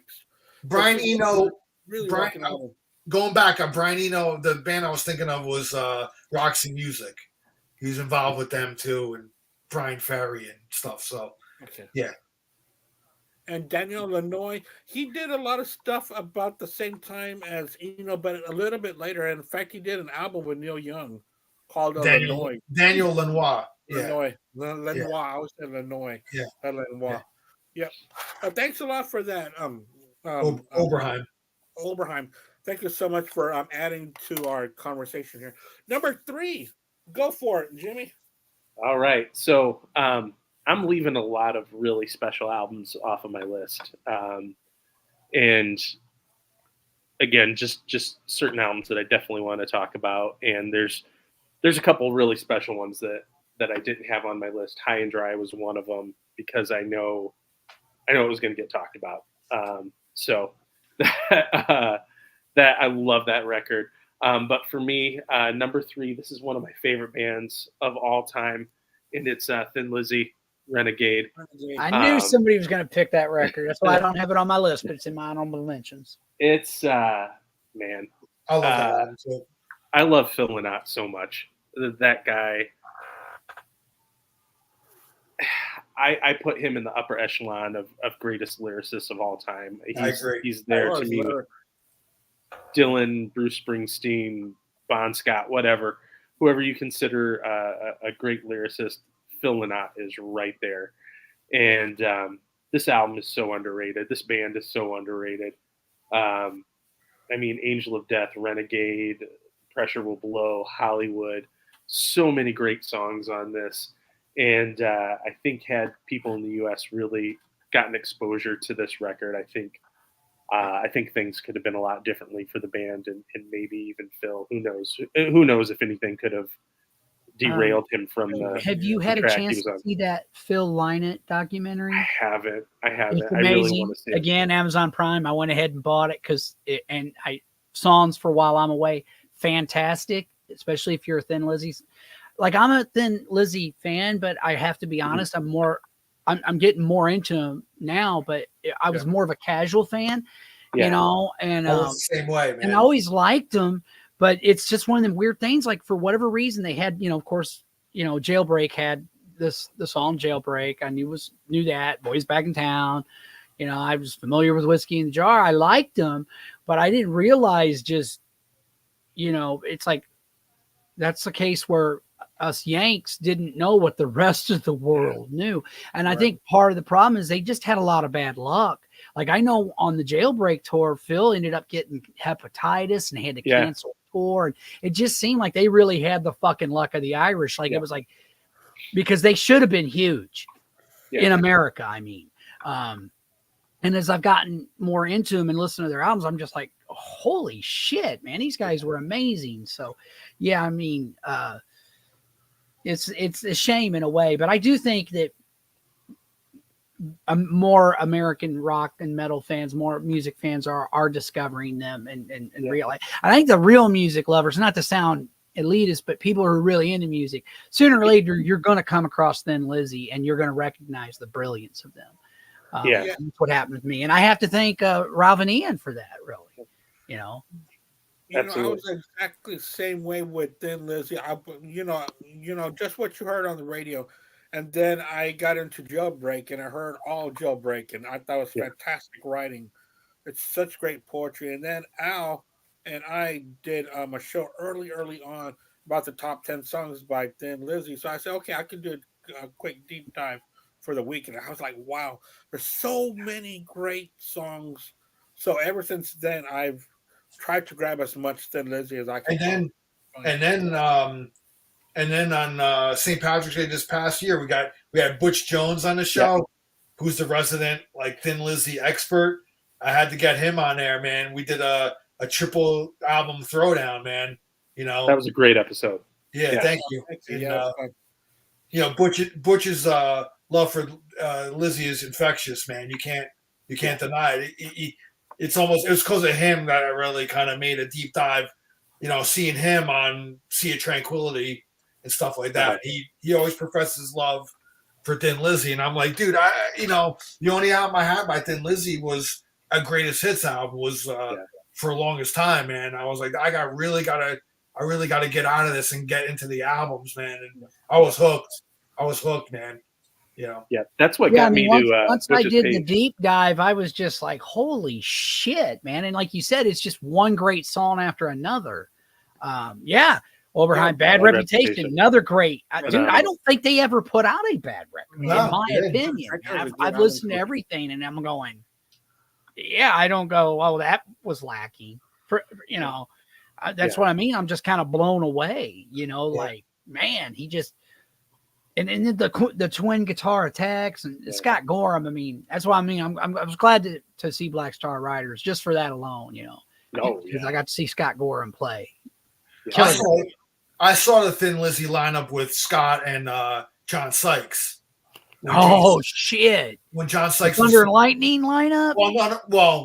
But I mean, no, but this is after Phil. Phil this is later on. This is in the mid 2000s when they reunited and did like a tour. And John Sykes was the leader of he took over Phil's role, really. Right. He sang the songs and everything, but seeing him and fucking Scott Gorham. Damn. guitar, That would have been awesome, dude. dude, it was unbelievable, man. I was like, this. I mean, if you're not gonna get the Phil version, this is the next best thing, the best version you're gonna get of it. And Yeah, they need to do that again. That would rule. I would if like John to Sykes see comes it. out of fucking retirement, I know, Right. man. John Sykes. I He's never got to just see so- him. What a great just- guitar player. yeah, he's just so jaded, I guess, with the music business. He's been out for a long time now. So. Yeah, I know. Anyway, where are we at here? We're at Mike's number 3. Yeah. My number 3. Okay, now this is where DJ Metal Mike's a big pussy, and I don't mean by my choice because I'm making choices. I know it was supposed to be 10, but I'm just like, man, I had to tie these albums because this album, the one, had to be on my list. And it's one you guys have already mentioned. Well, both of them you have mentioned, but Van Halen, Fair Warning, for obvious reasons. Yeah. Fucking Van Halen. The other one for me, though, is AC/DC, For Those About to Rock. While I will acknowledge that Back in Black, when I'm talking Brian Johnson era, is probably the superior album, For Those About to Rock has a special place in my heart because it was the first record that I bought with my own money. Before that, all the other records I had before were hand-me-downs from either my big brother or my older cousin Mitchell, or from my surrogate big brother, the guy that lived across the street from us, Kevin Barnes, who's the guy who introduced me to a lot of these amazing bands. Because like I said before, my brother brings Cold and Kiss Alive in like early 76, blows my mind. And my older brother, who brought the album home, and my twin brother, we were obsessed with Kiss, and we just drove my older cousin Mitchell and Kevin nuts. And they liked Kiss. They're like, guys, Kiss are cool, but there's other bands. And it was them guys that introduced me to Zeppelin and Sabbath and Priest and Aerosmith and, Ted Nugent and Rush and all that stuff. And that's, it kind of expanded my horizons, and so I became a lover of like hard rock, whatever you want to call it, hard rock, old school metal at a very early age, and but this was the first album where I mowed yards. I sweated my little butt off to save enough money to get that album, and I love it. I still do to this day, man. I still think For Those About to Rock, it just, whenever I hear it, it just makes the hairs on my neck stand up, especially right when he goes, For Those of the Fire, and just blam in the cannons, and it just rules. I mean, it's so badass. Gene Simmons is jealous of that song because he didn't write it. And I'm like, yeah, but that's because you were too busy fucking doing stupid shit like the Elder, Gene. Hey, come on. I'm sorry, dude. Man. Okay, I'm kinder to it than I used to be. And okay, 11-year-old Mike, I instantly hated the Elder. I didn't get it. There was like a couple of songs, but I'm going, what's with this? I hated it. As I've gotten older, I kind of realized what they were trying to do. I think really doing the idea of doing a concept album wasn't that bad of an idea. It's the execution. If that album had been heavy like Creatures of the Night, we might be having a different conversation, because I just don't think that was the record that Kiss should have been making at that time. They were kind of. I always maintain that it was because they got Bob Ezrin back, and he had just had a hit with The Wall. So, I know that's exactly what it was. It was again, but that started with Dynasty. Kiss started following trends, and they were always like a little bit behind. They were always a little late to the game following that trend, and they just, I mean, even Unmasked, to me, it was like, oh, they had a huge hit with I Was Made for Loving You, and plus you got, Dirty Living and Sure Know Something. Now, I love the unplugged version of that song, but the original's very disco-fied. Oh, well, fuck, we've sold a bunch of records. Let's do a whole album of that. And that was Unmasked. Yeah. Which I'm not a big fan of that record either. But yeah, I do love Naked City, though. That's a great song.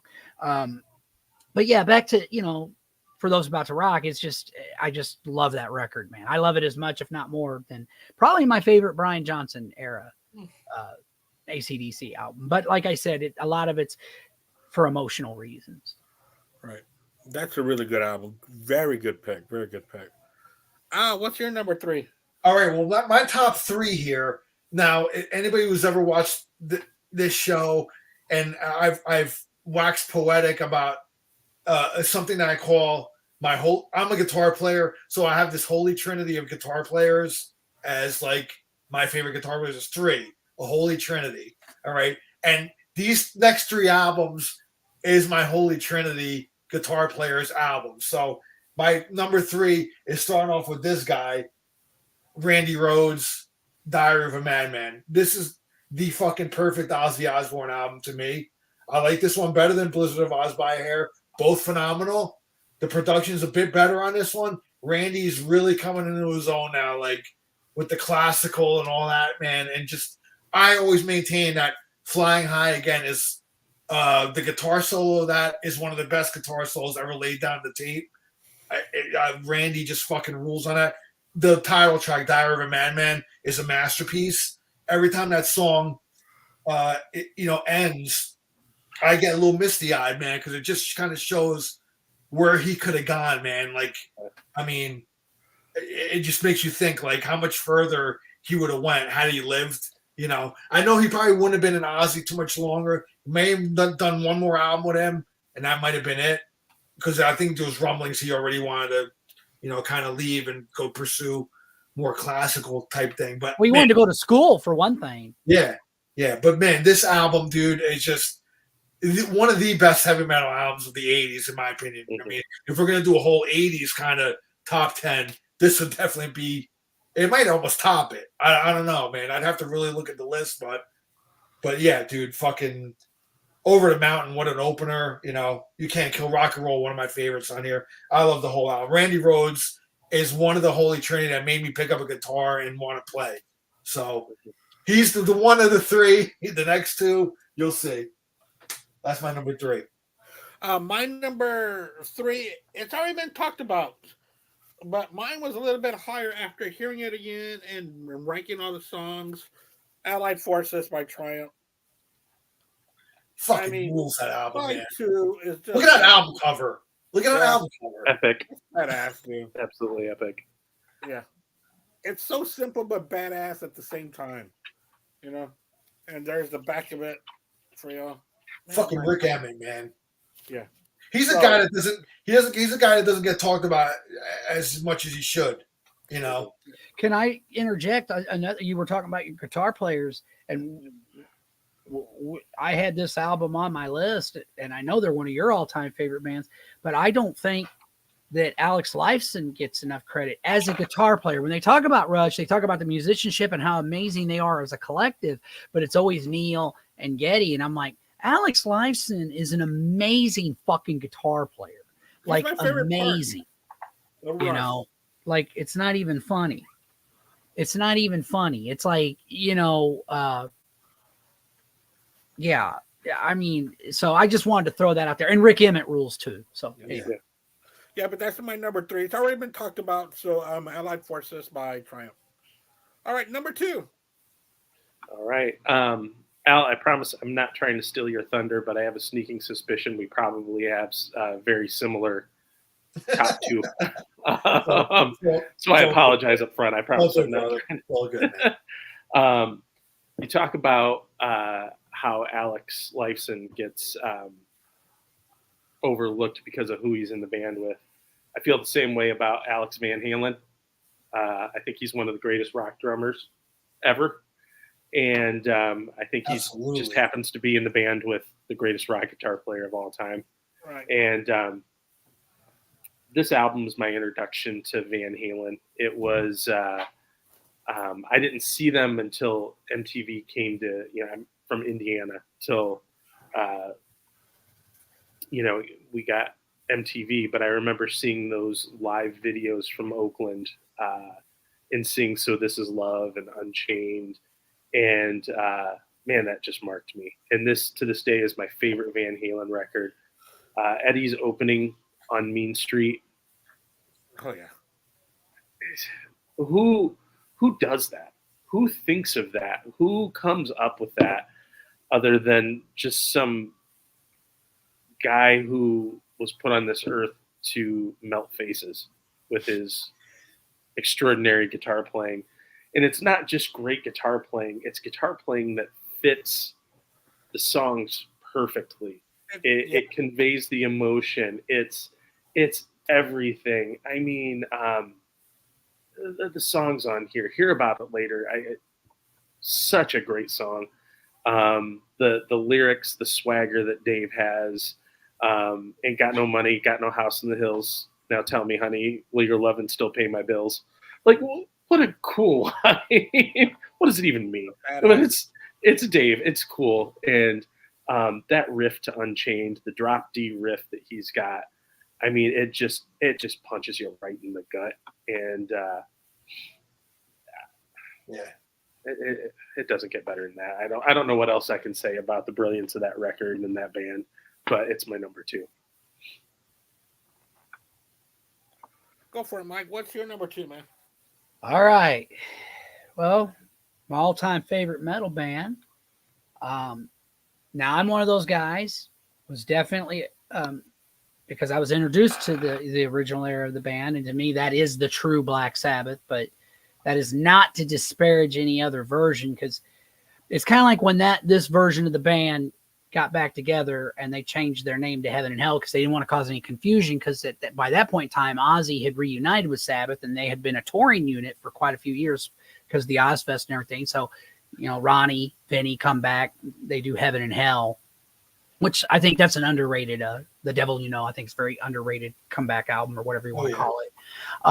Mob Rules. It's a fucking masterpiece. I mean, for somebody like me and my brothers and my cousin and my neighbor across the street, man, they are the reasons we became Black Sabbath fans. 1980, 80, 81, and 83 were great years for us, because not only did you get Blizzard of Oz and Diary of Man, but you get Heaven and Hell and Mob Rules. Yeah. And it's just, I love this album as much as Heaven and Hell. I know that's not the popular opinion. Some people act like Mob Rules is like, fuck you, man. I think they're both about equal. And it's just a perfect record, And Ronnie, I again was lucky enough to be at a young age. I knew who Ronnie was because of my friend Kevin. He had introduced me to Rainbow. So at a young age. And also, again, we had a great, at the time, it's still a great rock station, but KC95, they always played real rock, radio. They would play like Rainbow. And that was at a time period when Rainbow was doing great in Europe and other countries, but the original Rainbow, and even my favorite lineup, the Rising lineup, didn't really sell that well here in the States. But they played a lot of Rainbow here. So I was familiar with Ronnie. So when he joined Sabbath, the Rainbow guy. In fact, when I was younger, I used to nickname this version of Black Sabbath Black Rainbow, because to me, it was Ronnie James, it's the Rainbow dude, and it's Black Sabbath, Black Rainbow, and I didn't mean that as a disparagement, but it was just a way for me to differentiate when I would talk about Sabbath. I'm talking about Black Rainbow, not the original. But it's the same thing now. When they did Heaven and Hell, they had talked about changing the name of the band.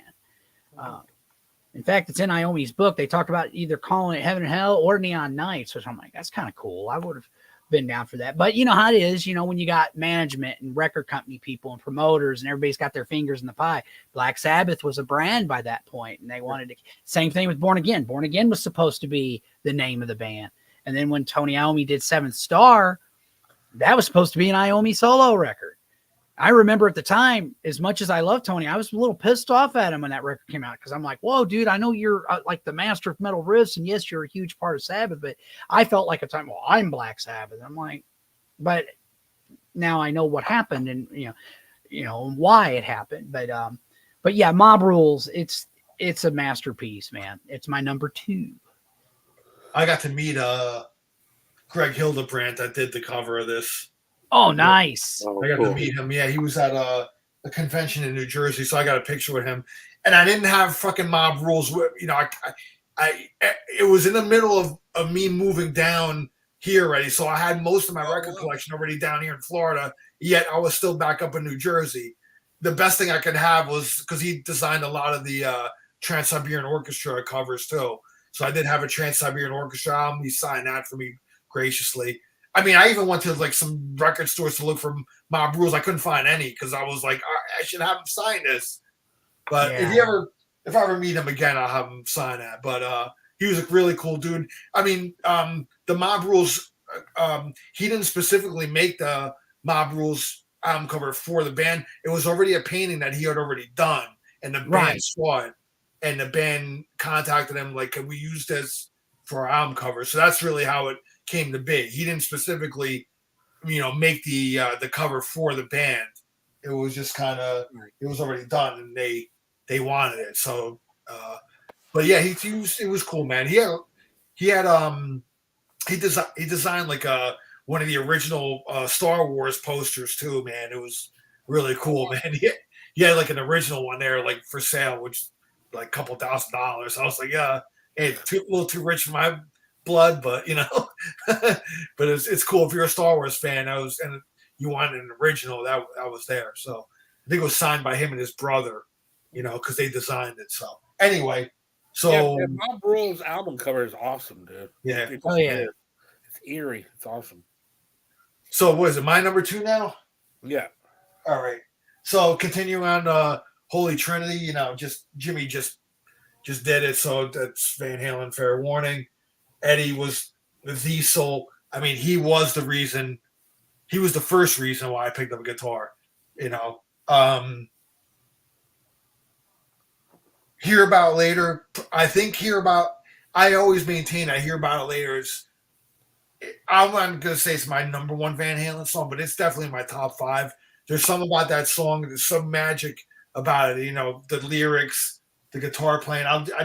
That's like Eddie's sound on this album. His guitar, I think it's his best guitar tone he ever got on record.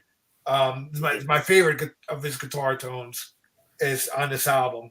And him and Dave started clashing around this time. So, but I always maintain that push and pull, tension always brings out the creative best in artists. So that's why I think this album is the greatest Van Halen. It's my number 1.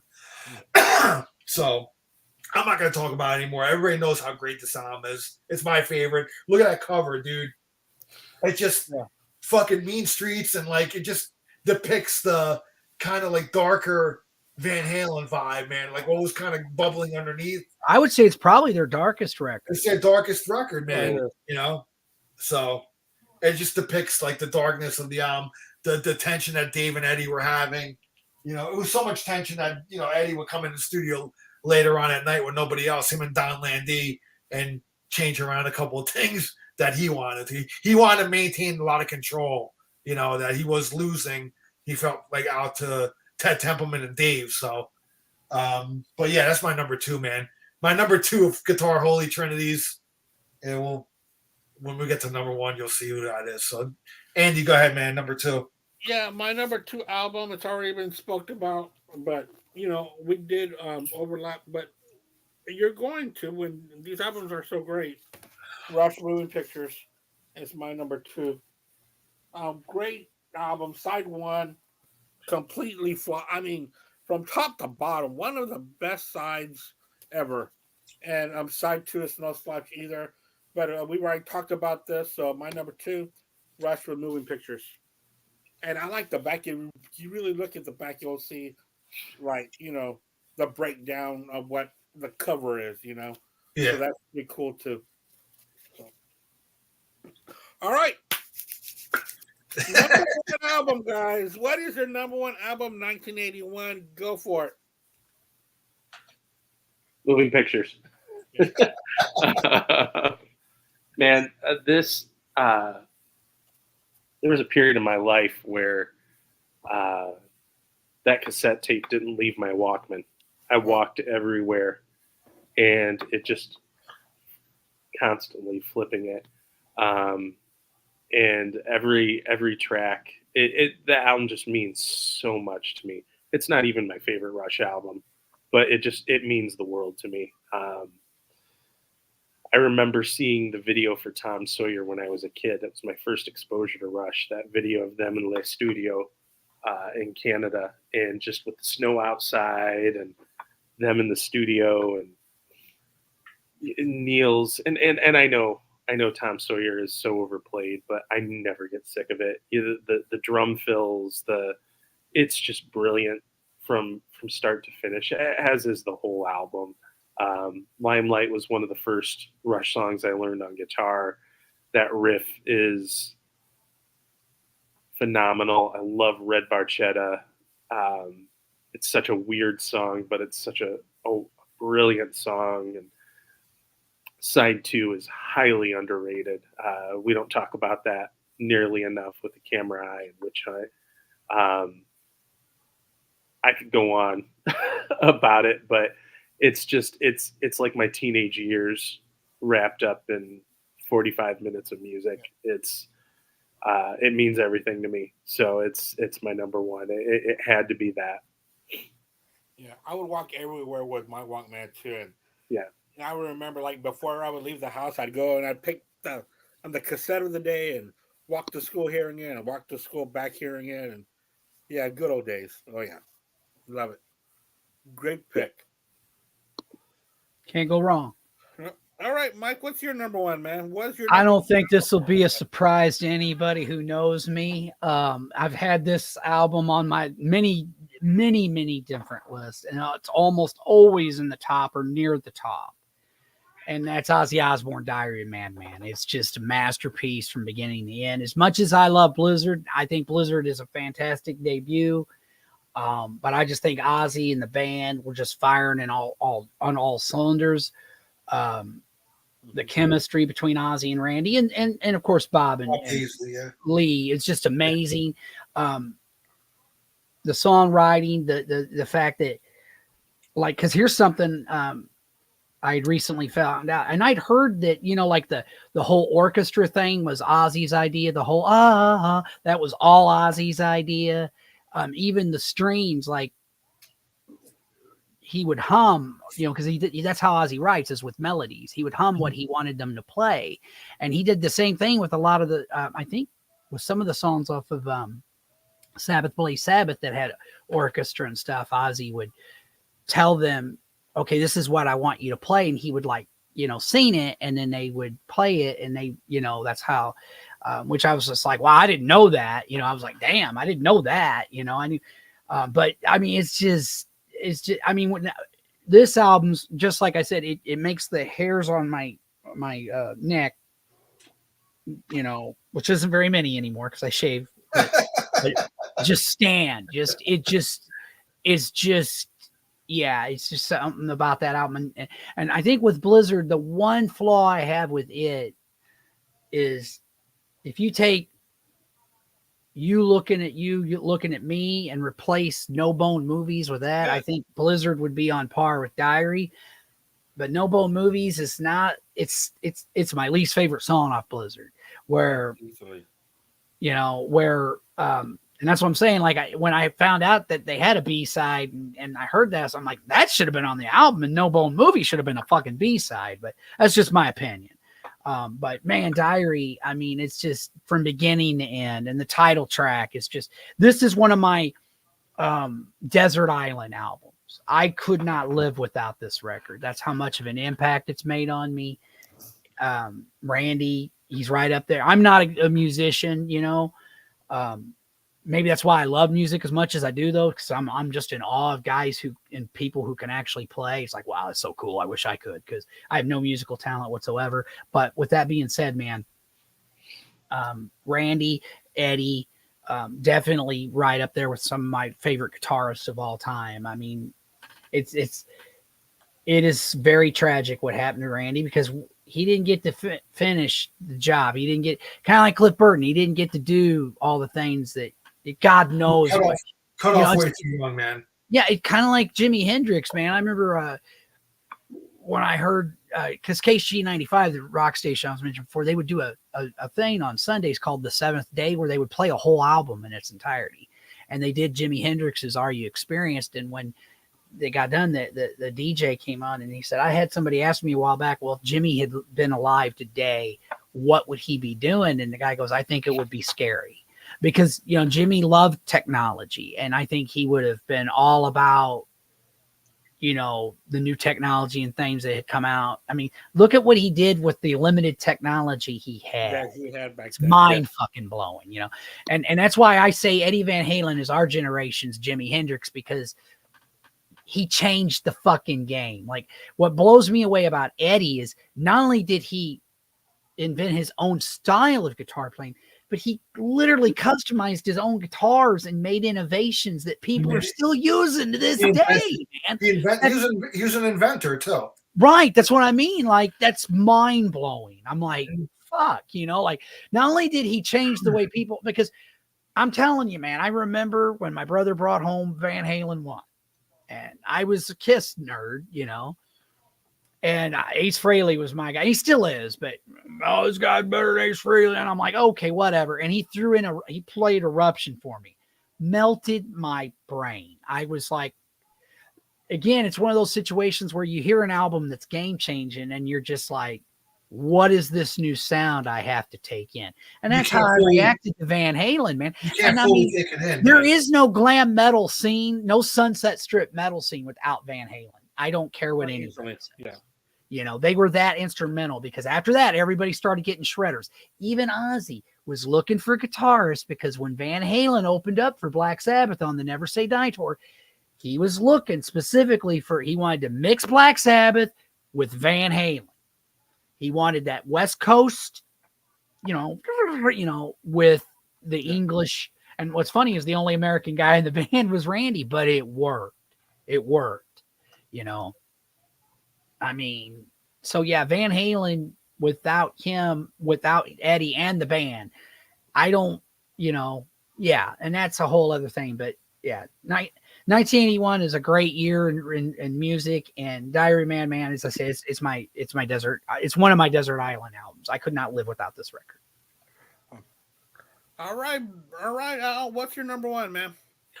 Well, the last piece of the guitar, Holy Trinity, man, it's Alex Lifeson, dude. Yeah, you know, Alex, he's the one that kind of taught me, you know, Eddie and Randy. Hey, of course, like, you know, when you're a kid, you gravitate to the solos first. You want to play fast and all this shit. But I don't know, Alex just kind of like, he taught me like melody, and like to me he's the greatest guitar player that does arpeggiation.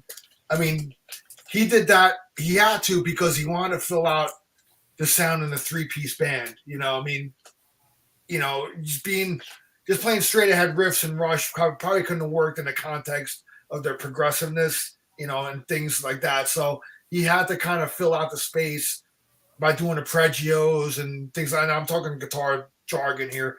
And I mean, look at that. I even have the Tom Sawyer single in here. Little 45. This album ruled my world, man. Like, I mean, the first album by Rush I ever got was Exit Stage Left, the live album that came out later in 1981. In my honorable list mentions this great live album. So that was the first Rush album I ever bought. And when I heard that, it hooked me. I went back and got this. Now, my favorite Rush album actually is Permanent Waves, the album before this. But, man, listen to this. And I remember, like, you know, driving around with my friends and stuff like that. And we'd always play, like, side one. Side one was always the one that got played. But, like, now in my later years, man, like, you know, I play side two actually more now. It's because, you know, I've heard side one so much. Those songs are ingrained in my brain. It's in your DNA, probably. It's in the DNA, man. But, like, I think Witch Hunt is one of the best songs they've ever done, man. That's the closest that Rush ever became kind of like a gothic kind of goth band almost. There's a gothic quality to that song. It's so dark, and lyrically, if you listen to lyrics, it's so fucking relevant to what's going on today. You know, it's ridiculous, man. Like, the shit that Neil wrote was, to me, ahead of its time. It still holds up a lot today, you know. Vital Signs kind of hinted to what was going to come with Signals, kind of the synthesizer kind of thing, but still, man, mixed the reggae. I love the Police too, so it's kind of like the Police influences really creeping into their music. And, you know, they wore their influences on their sleeves. They were contemporaries. They loved the Police. You know, they loved Pink Floyd and all that stuff. So they really, but they made it their own, man. It wasn't like they followed trends. They definitely had their own sound. No, I don't think Rush ever. Okay, they admittedly You said this was when they started messing around with keyboards, but it was still at the point to me where it was like, okay, cool, because I don't mind. I love keyboards actually, but when my problem with like really like mid to late 80s, a lot of rock and metal is when the keyboards just kind of almost drowned out everything. It was so up in the production that it was like, all right, man, I like synthesizers and keyboards too, guys, but it's too much of a good thing. You know, lower it down a little bit so I can actually hear the guitar and other things. Yeah. And that was like, I love Rush, don't get me wrong, but when they got more about the keys and stuff, like I love this album. I love the next couple albums after this, but it got they swung a little bit too much into that direction. But with that being said, I think Rush was a band that, you know, you can look at other bands and go, oh, they strayed or they sold out, or Rush didn't sell out. Rush did whatever the fuck Rush wanted to do. And a lot of that started with 2112, man, because they put out Caress of Steel, which I love that record. Yeah, me too. At the time, I didn't know about it, though. My first Rush album that I heard, again, thank God for older cousins and surrogate big brothers, was 2112. My big brother bought that out. Well, my big brother bought it, but we were introduced to it by Kevin Barnes and my cousin Mitch again, you know, and I loved 2112 because it told a story and you had and it was like Star Wars for the ears almost, you know, and it was just so cool. And the first Rush song though I ever heard, again, KC95, I heard Working Man. And I remember even as a child, when I could hear Geddy's voice in the lyrics, and I was like, he's talking about my dad, because that was the way it was. My dad was a pipe fitter. He worked a lot. He worked all the time. There would be times I didn't see my dad, you know, so it was like he's singing about my father, you know. Even then as a child, I recognized. And I think that's why Rush had so many blue collar fans, you know, even though that was before Neil joined the band. That first Rush record, still a great record though. Oh, I love that album too. But yeah, you know, Rush, phenomenal band. But yeah, when it got to be more about and like I said, I'm not a synthesizer hater. I'm not one of those guys, but it just there was that period where it was like, all right, man, let's just kind of lower the synthesizer and the keyboards and the mix. I would like to hear the guitar and the bass and the drums, damn it, you know, like, because, you know, our good friend Mark Alden Taylor go, well, some of those records, if you take the synthesizer out or if you lower it down, it would be a good album. But it isn't, dude. Unless they do a remix, those albums are what they are, and it's just not my bag. It's not my Rush. Now, eventually, they got back to their roots, and I love a lot of the stuff they did, you know, later on. But I mean, I love Rush. No disrespect to them, because I know there's a lot of people that love Presto, and I'm not a fan of any of that stuff. Yeah. You know, I like Power Windows, and I think that may have been the end for me for a while. There might have been like a few songs off Grace Under Pressure, but that was around the time period where I started kind of tuning out. Yeah. But hey, love Rush and have all the world have the most utmost respect for them, man. And I can understand why. And I'm glad that you got Alex in that Trinity, because like I said, when people talk about great guitar players, man, you know, they'll mention all these amazing guitarists, but Alex don't really get mentioned very often. Just like, you know, you said about Alex Van Halen. Alex Van Halen, bro. It's so true. It's like, man, he is a phenomenal drummer. I mean, listen to that intro for Hot to Teacher, man. Holy shit. I mean, phenomenal drummer. Yeah. Yeah. One last thing on Rush, man, before Andy takes number one. You know, going into the later synth albums, I think going into that, I think it actually made Alex a better all-rounded guitar player, because he had to compete with the keyboards. So he found like these innovative ways to kind of weave in and out of them. And I think it made him a better textural all-around player. Yes, the riffs weren't heavy or whatever, but I mean, if you really listen to the like guitar lines on those albums, if you really hone in on them and listen to soloing, he did some pretty amazing shit on those albums. Oh, hey, look, you know, it might not have been my bag, but I will never, ever. I'm not a musician, so I won't disparage anybody's musicianship. You know, it's like, hello, I can't play a fucking note, so where would I go? Oh, that guy can't play. Play better than me, you know. So I've dwelled long enough on this. So Andy, No, man, but Alex, yeah, he's phenomenal, man. Rush rule. thank you. My number one. I noticed that Al and Jimmy had the same number one. Well, me and Mike are gonna have the same number one as Look at well. that. Diary of a Madman. Nice. There's the back. That motherfucker, dude. That is so damn cool, man. You know, So that's his so oldest. sad. That's his son from his first marriage. Is the little boy on that Yeah, laughing? Oh, Yeah, that's Louis Osborne. yeah, Louis Osborne. Yeah, and South the Jet record label. You know, I always did like excuse me, Blizzard of Oz better, but during the past year, this has really taken over. It's just a better album for me right now. Like y'all were talking earlier, the production's better. It's crispier. You know, a lot more confidence goes in on this album because when he did Blizzard, he was a little bit going on his own for the first time and kind of nervous, pretty much. Scared to death.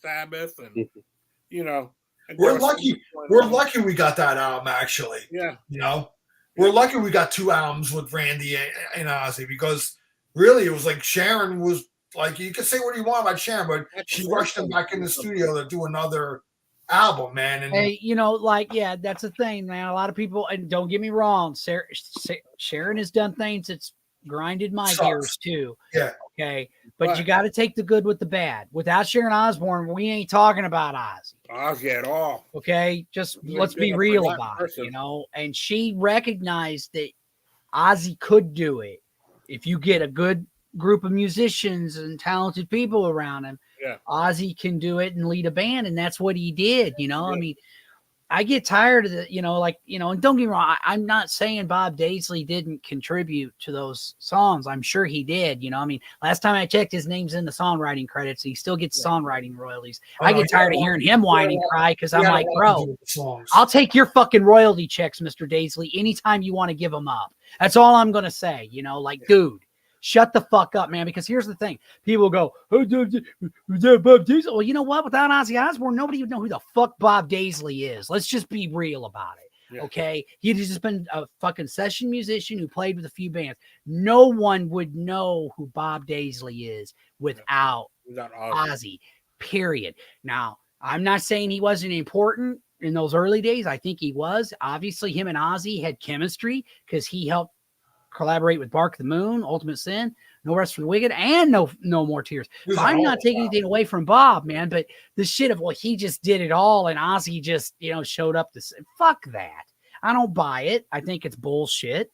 I've always thought it was bullshit, you know, because even Randy said there would be times if Randy was struggling, Ozzy'd kind of give him a kick in the ass, like, hey, dude, quit fucking around. I know you can do it, you know. And Randy said he loved playing with Ozzy as much as he loved Kevin DuBrow as a person, and you know, he loved Quiet Riot. He goes, Ozzy lets me be me. You know, where Kevin tried to put him in, well, we only want to be a hard rock, you know, metal. We just want, you know, where Randy got to incorporate a lot of his classical, his love of classical music. And Ozzy was very like, hell yeah, let's do it. You know, the whole intro to Diary of a Madman originally, and Ozzy talks about in his book, he heard Randy playing something. He's like, we're going to nick that. And Randy goes, you can't nick Mozart, Ozzy. And he's like, I don't care. We're going to nick it. He goes, now, obviously, Randy took whatever piece it was by Mozart that he was inspired by and turned it into the acoustical intro to Diary. But holy fucking shit, man. I mean, there's no way Randy Rhoads would have ever played like something like that with Quiet Riot. And no. Again, not being a dick, but I've heard those first 2 Quiet Riot albums and they didn't really blow me away. I mean, yeah, Randy's guitar playing's great and the solos are great, but the songs didn't really grab me. Ozzy brought the best out in Randy, and Randy and the other guys brought out the best in Ozzy. Absolutely. It's a symbiotic relationship, guys. It was a band. You know, that's and- how a band works. Yeah, exactly. And I know they got pissed because it was supposed to be Blizzard of Oz or whatever. Look, man, I bought those albums not because of Bob Daisley's brilliant bass playing and some of his, you know, because I know he wrote some of the lyrics. I bought it because it was Ozzy. Okay, we bought those. My brother and I, we bought those records because it was Ozzy, not because, I mean, I mean, Ozzy was a name. He was established. It made sense, So I do get it, but at the same time, I'm like, but your album got recorded, it got released, and those albums are fucking legendary, man. Yeah. Legendary. They will live forever, as long as mankind still exists. All right. Who knows? Maybe after that, when we're all dead, some aliens will go, "Holy shit!" And Yeah. fucking, they'll hear these brilliant albums that people recorded and go, "Well, the Earthlings were morons, but they were good for one thing, making beautiful music." All right. Thank you so much, everybody, for sticking around for 1981. We came up with our number ones, but we also have honorable mentions. Real quickly, guys. Jimmy, what's on your honorable mention? So, gotta say, the 3 albums that you guys had that I didn't are all very near and dear to me. High and Dry, Diary of a Madman, and Killers are all top tier albums for me. A bunch I wanted to add.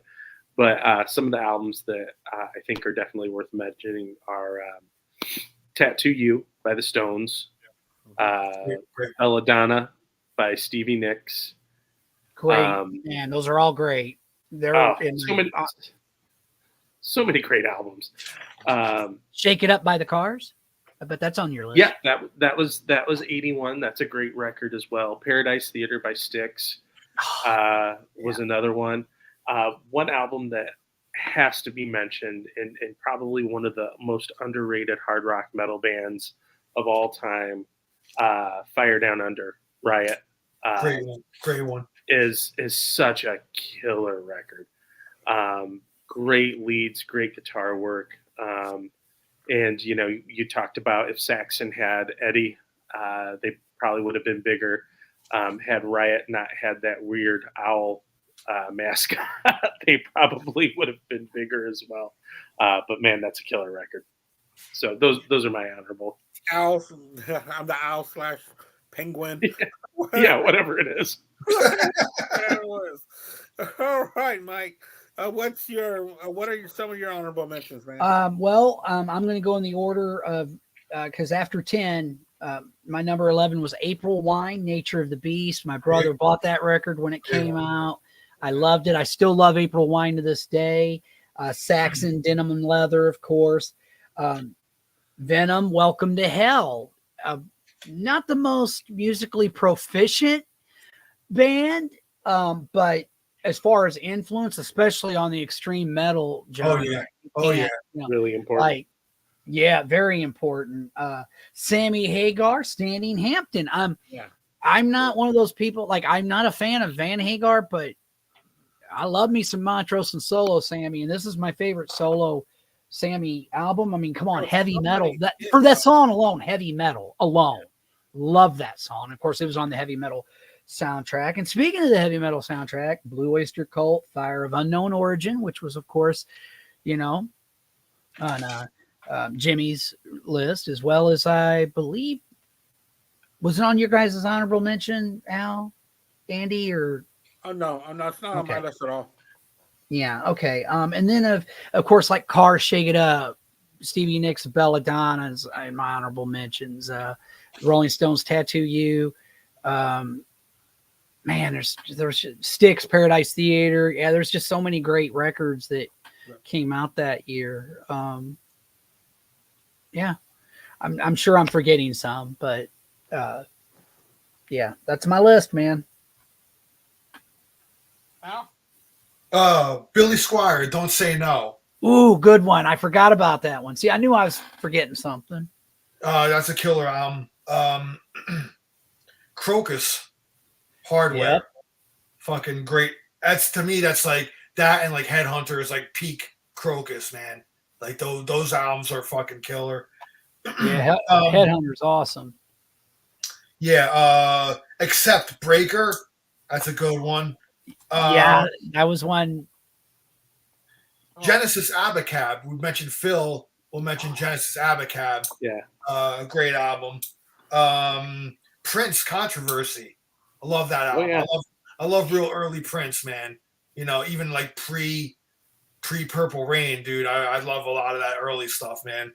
What else do I got here? Rainbow, Difficult to Cure. It's a great one. I think that was the first one. Was that the first? No, that wasn't the first one with. I think it was the second one with Joel and Turner. But yeah, that's oh no, that might have been the first because I think That's the first one. I think the Straight one Between before the that, Eyes was the second one. yes, okay.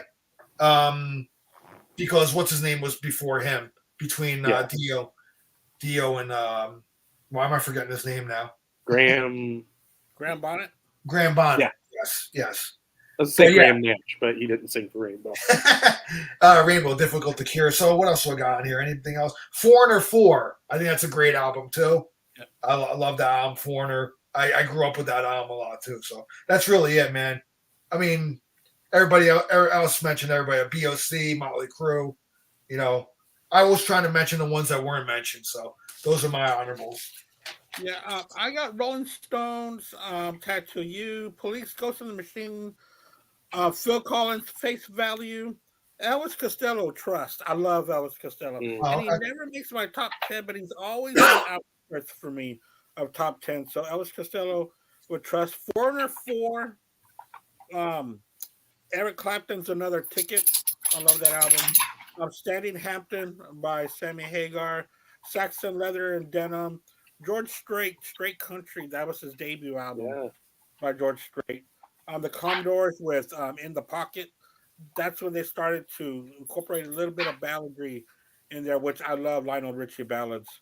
And then the last one I have is the Allman Brothers, Brothers of the Road, which pretty much is a Betts solo album, pretty much, but still with the Allman Brothers name on there. Even though Greg just peeked his head in there a little bit, but you can kind of tell that it was under the direction of Dickie Betts already for Brothers of the Road. So that's all that I got. All on right. there. All right. What are we gonna do next week, Al? I think we're gonna do an album battle between Cheap Trick, right? Yes. Standing on the Edge and The Doctor. Okay, I'm not doing the triple album battle. I'm just gonna keep Oh, it. okay.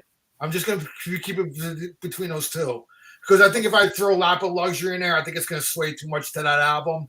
I think We're gonna so. talk about Cheap Trick's probably least favorite albums by like the general consensus. Yeah. You know, people generally label them the worst, but I mean, I love all Cheap Trick, but Standing on the Edge versus The Doctor, we're gonna go track by track. We're gonna have Dr. Fuck on. He agreed to come on, Nice. so hopefully he's still gonna be able to. But I think we're gonna be doing it next Tuesday as well. So we're gonna instead of Wednesday, it's gonna be Tuesday, and we're gonna start a little earlier at 8:00. So yeah, that'll be next week's show, and that's really it, man. Yeah, and I want to thank once again Jimmy James Schwartz being on with us and the great Metal Mike. Thank you so much, guys, for y'all's time. And it's not just the time of being on here; it's also It's the the time insight. of putting all the albums together and putting them in order. And you know that does take all week to do. You know, and sometimes it takes part of our free time. But hey, what better way to spend? It's a free labor time of love, than music, Andy. you know? It's a labor of love, I gotta say. And again, it's an honor. Thank you guys for having me on. Always Always, a pleasure, Jimmy. It's awesome meeting you. Finally Back getting to at you. talk to you, brother. Back at You you. rule. Tell And, Bushy to get his acting gear, man, and get. I know, right? Hey, Bushy, I'm about to can your ass, man. You know, I'm gonna shit can you and hire somebody else. No, I'm Hey, kidding. It's when his you- podcast. When the Plug Yeah. podcast gets back on Right. track, you need to get my ass on there for something, man. Come on. Well, for real, you know, it's like, yeah, because it's like I and what really sucks about it is because I was ending things with that metal station because at the time I thought, well, we're all going to quit, and then all of a sudden, my partner there decided he was going to continue on. I was like, oh well, good luck, man, because I've already told everybody I'm stepping down, and I was going to step away from internet radio completely. And then my friend who owns Cranium Radio, runs it, who used to be part of TMS. He hit me up and he even said, look, man, if you need to take a break, and take a break as long as you want, but Fridays will always be open. You always have a home here at Cranium. And fuck, I was like, after a while, I thought about it. I'm like, well, fuck, how can I say no? And not only that, I had so many people hit me up going, dude, you can't stop, man. Which means the world to me that anybody listens or cares, what I think or, whatever, So, yeah, it's been, and thank God that I did do it now, because I'd really be jonesing. So like I said, anytime you guys need me, man, just let me know. I love coming on here and talking to you, dude. So, Awesome. and like I said, now that Bushy's out of commission, man, I kind of miss podcasting. So, Well, for you sure. will. When we have we'll throw you topics, and if you're interested, come on. Hey, I mean, I'll tell you what, I'll be watching next week, man. I love me some Cheap Trick. And anytime I get a chance to watch Dr. Fuck, I mean, come on. All right. All right, Andy, guys. take us out, brother. Yeah, thank you so much, everybody, for watching. Thank you for Brandon from out there in Australia. Yeah. Yeah, no kidding. Yeah, that was awesome. And thank you for all the comments out there, guys. We really do appreciate y'all's comments. We really answer y'all. We go back and forth with y'all. So thank y'all so much. And thanks again to our guests, and thanks a lot, Al, for going through it, even though you had a rough day at work. Thank you so much. Oh no, I feel better. I feel better already. So thank you guys for watching, and remember, guys, keep on rocking out there. It's the only way to roll. Y'all take care. Cheers. Have a good night. Good night, y'all.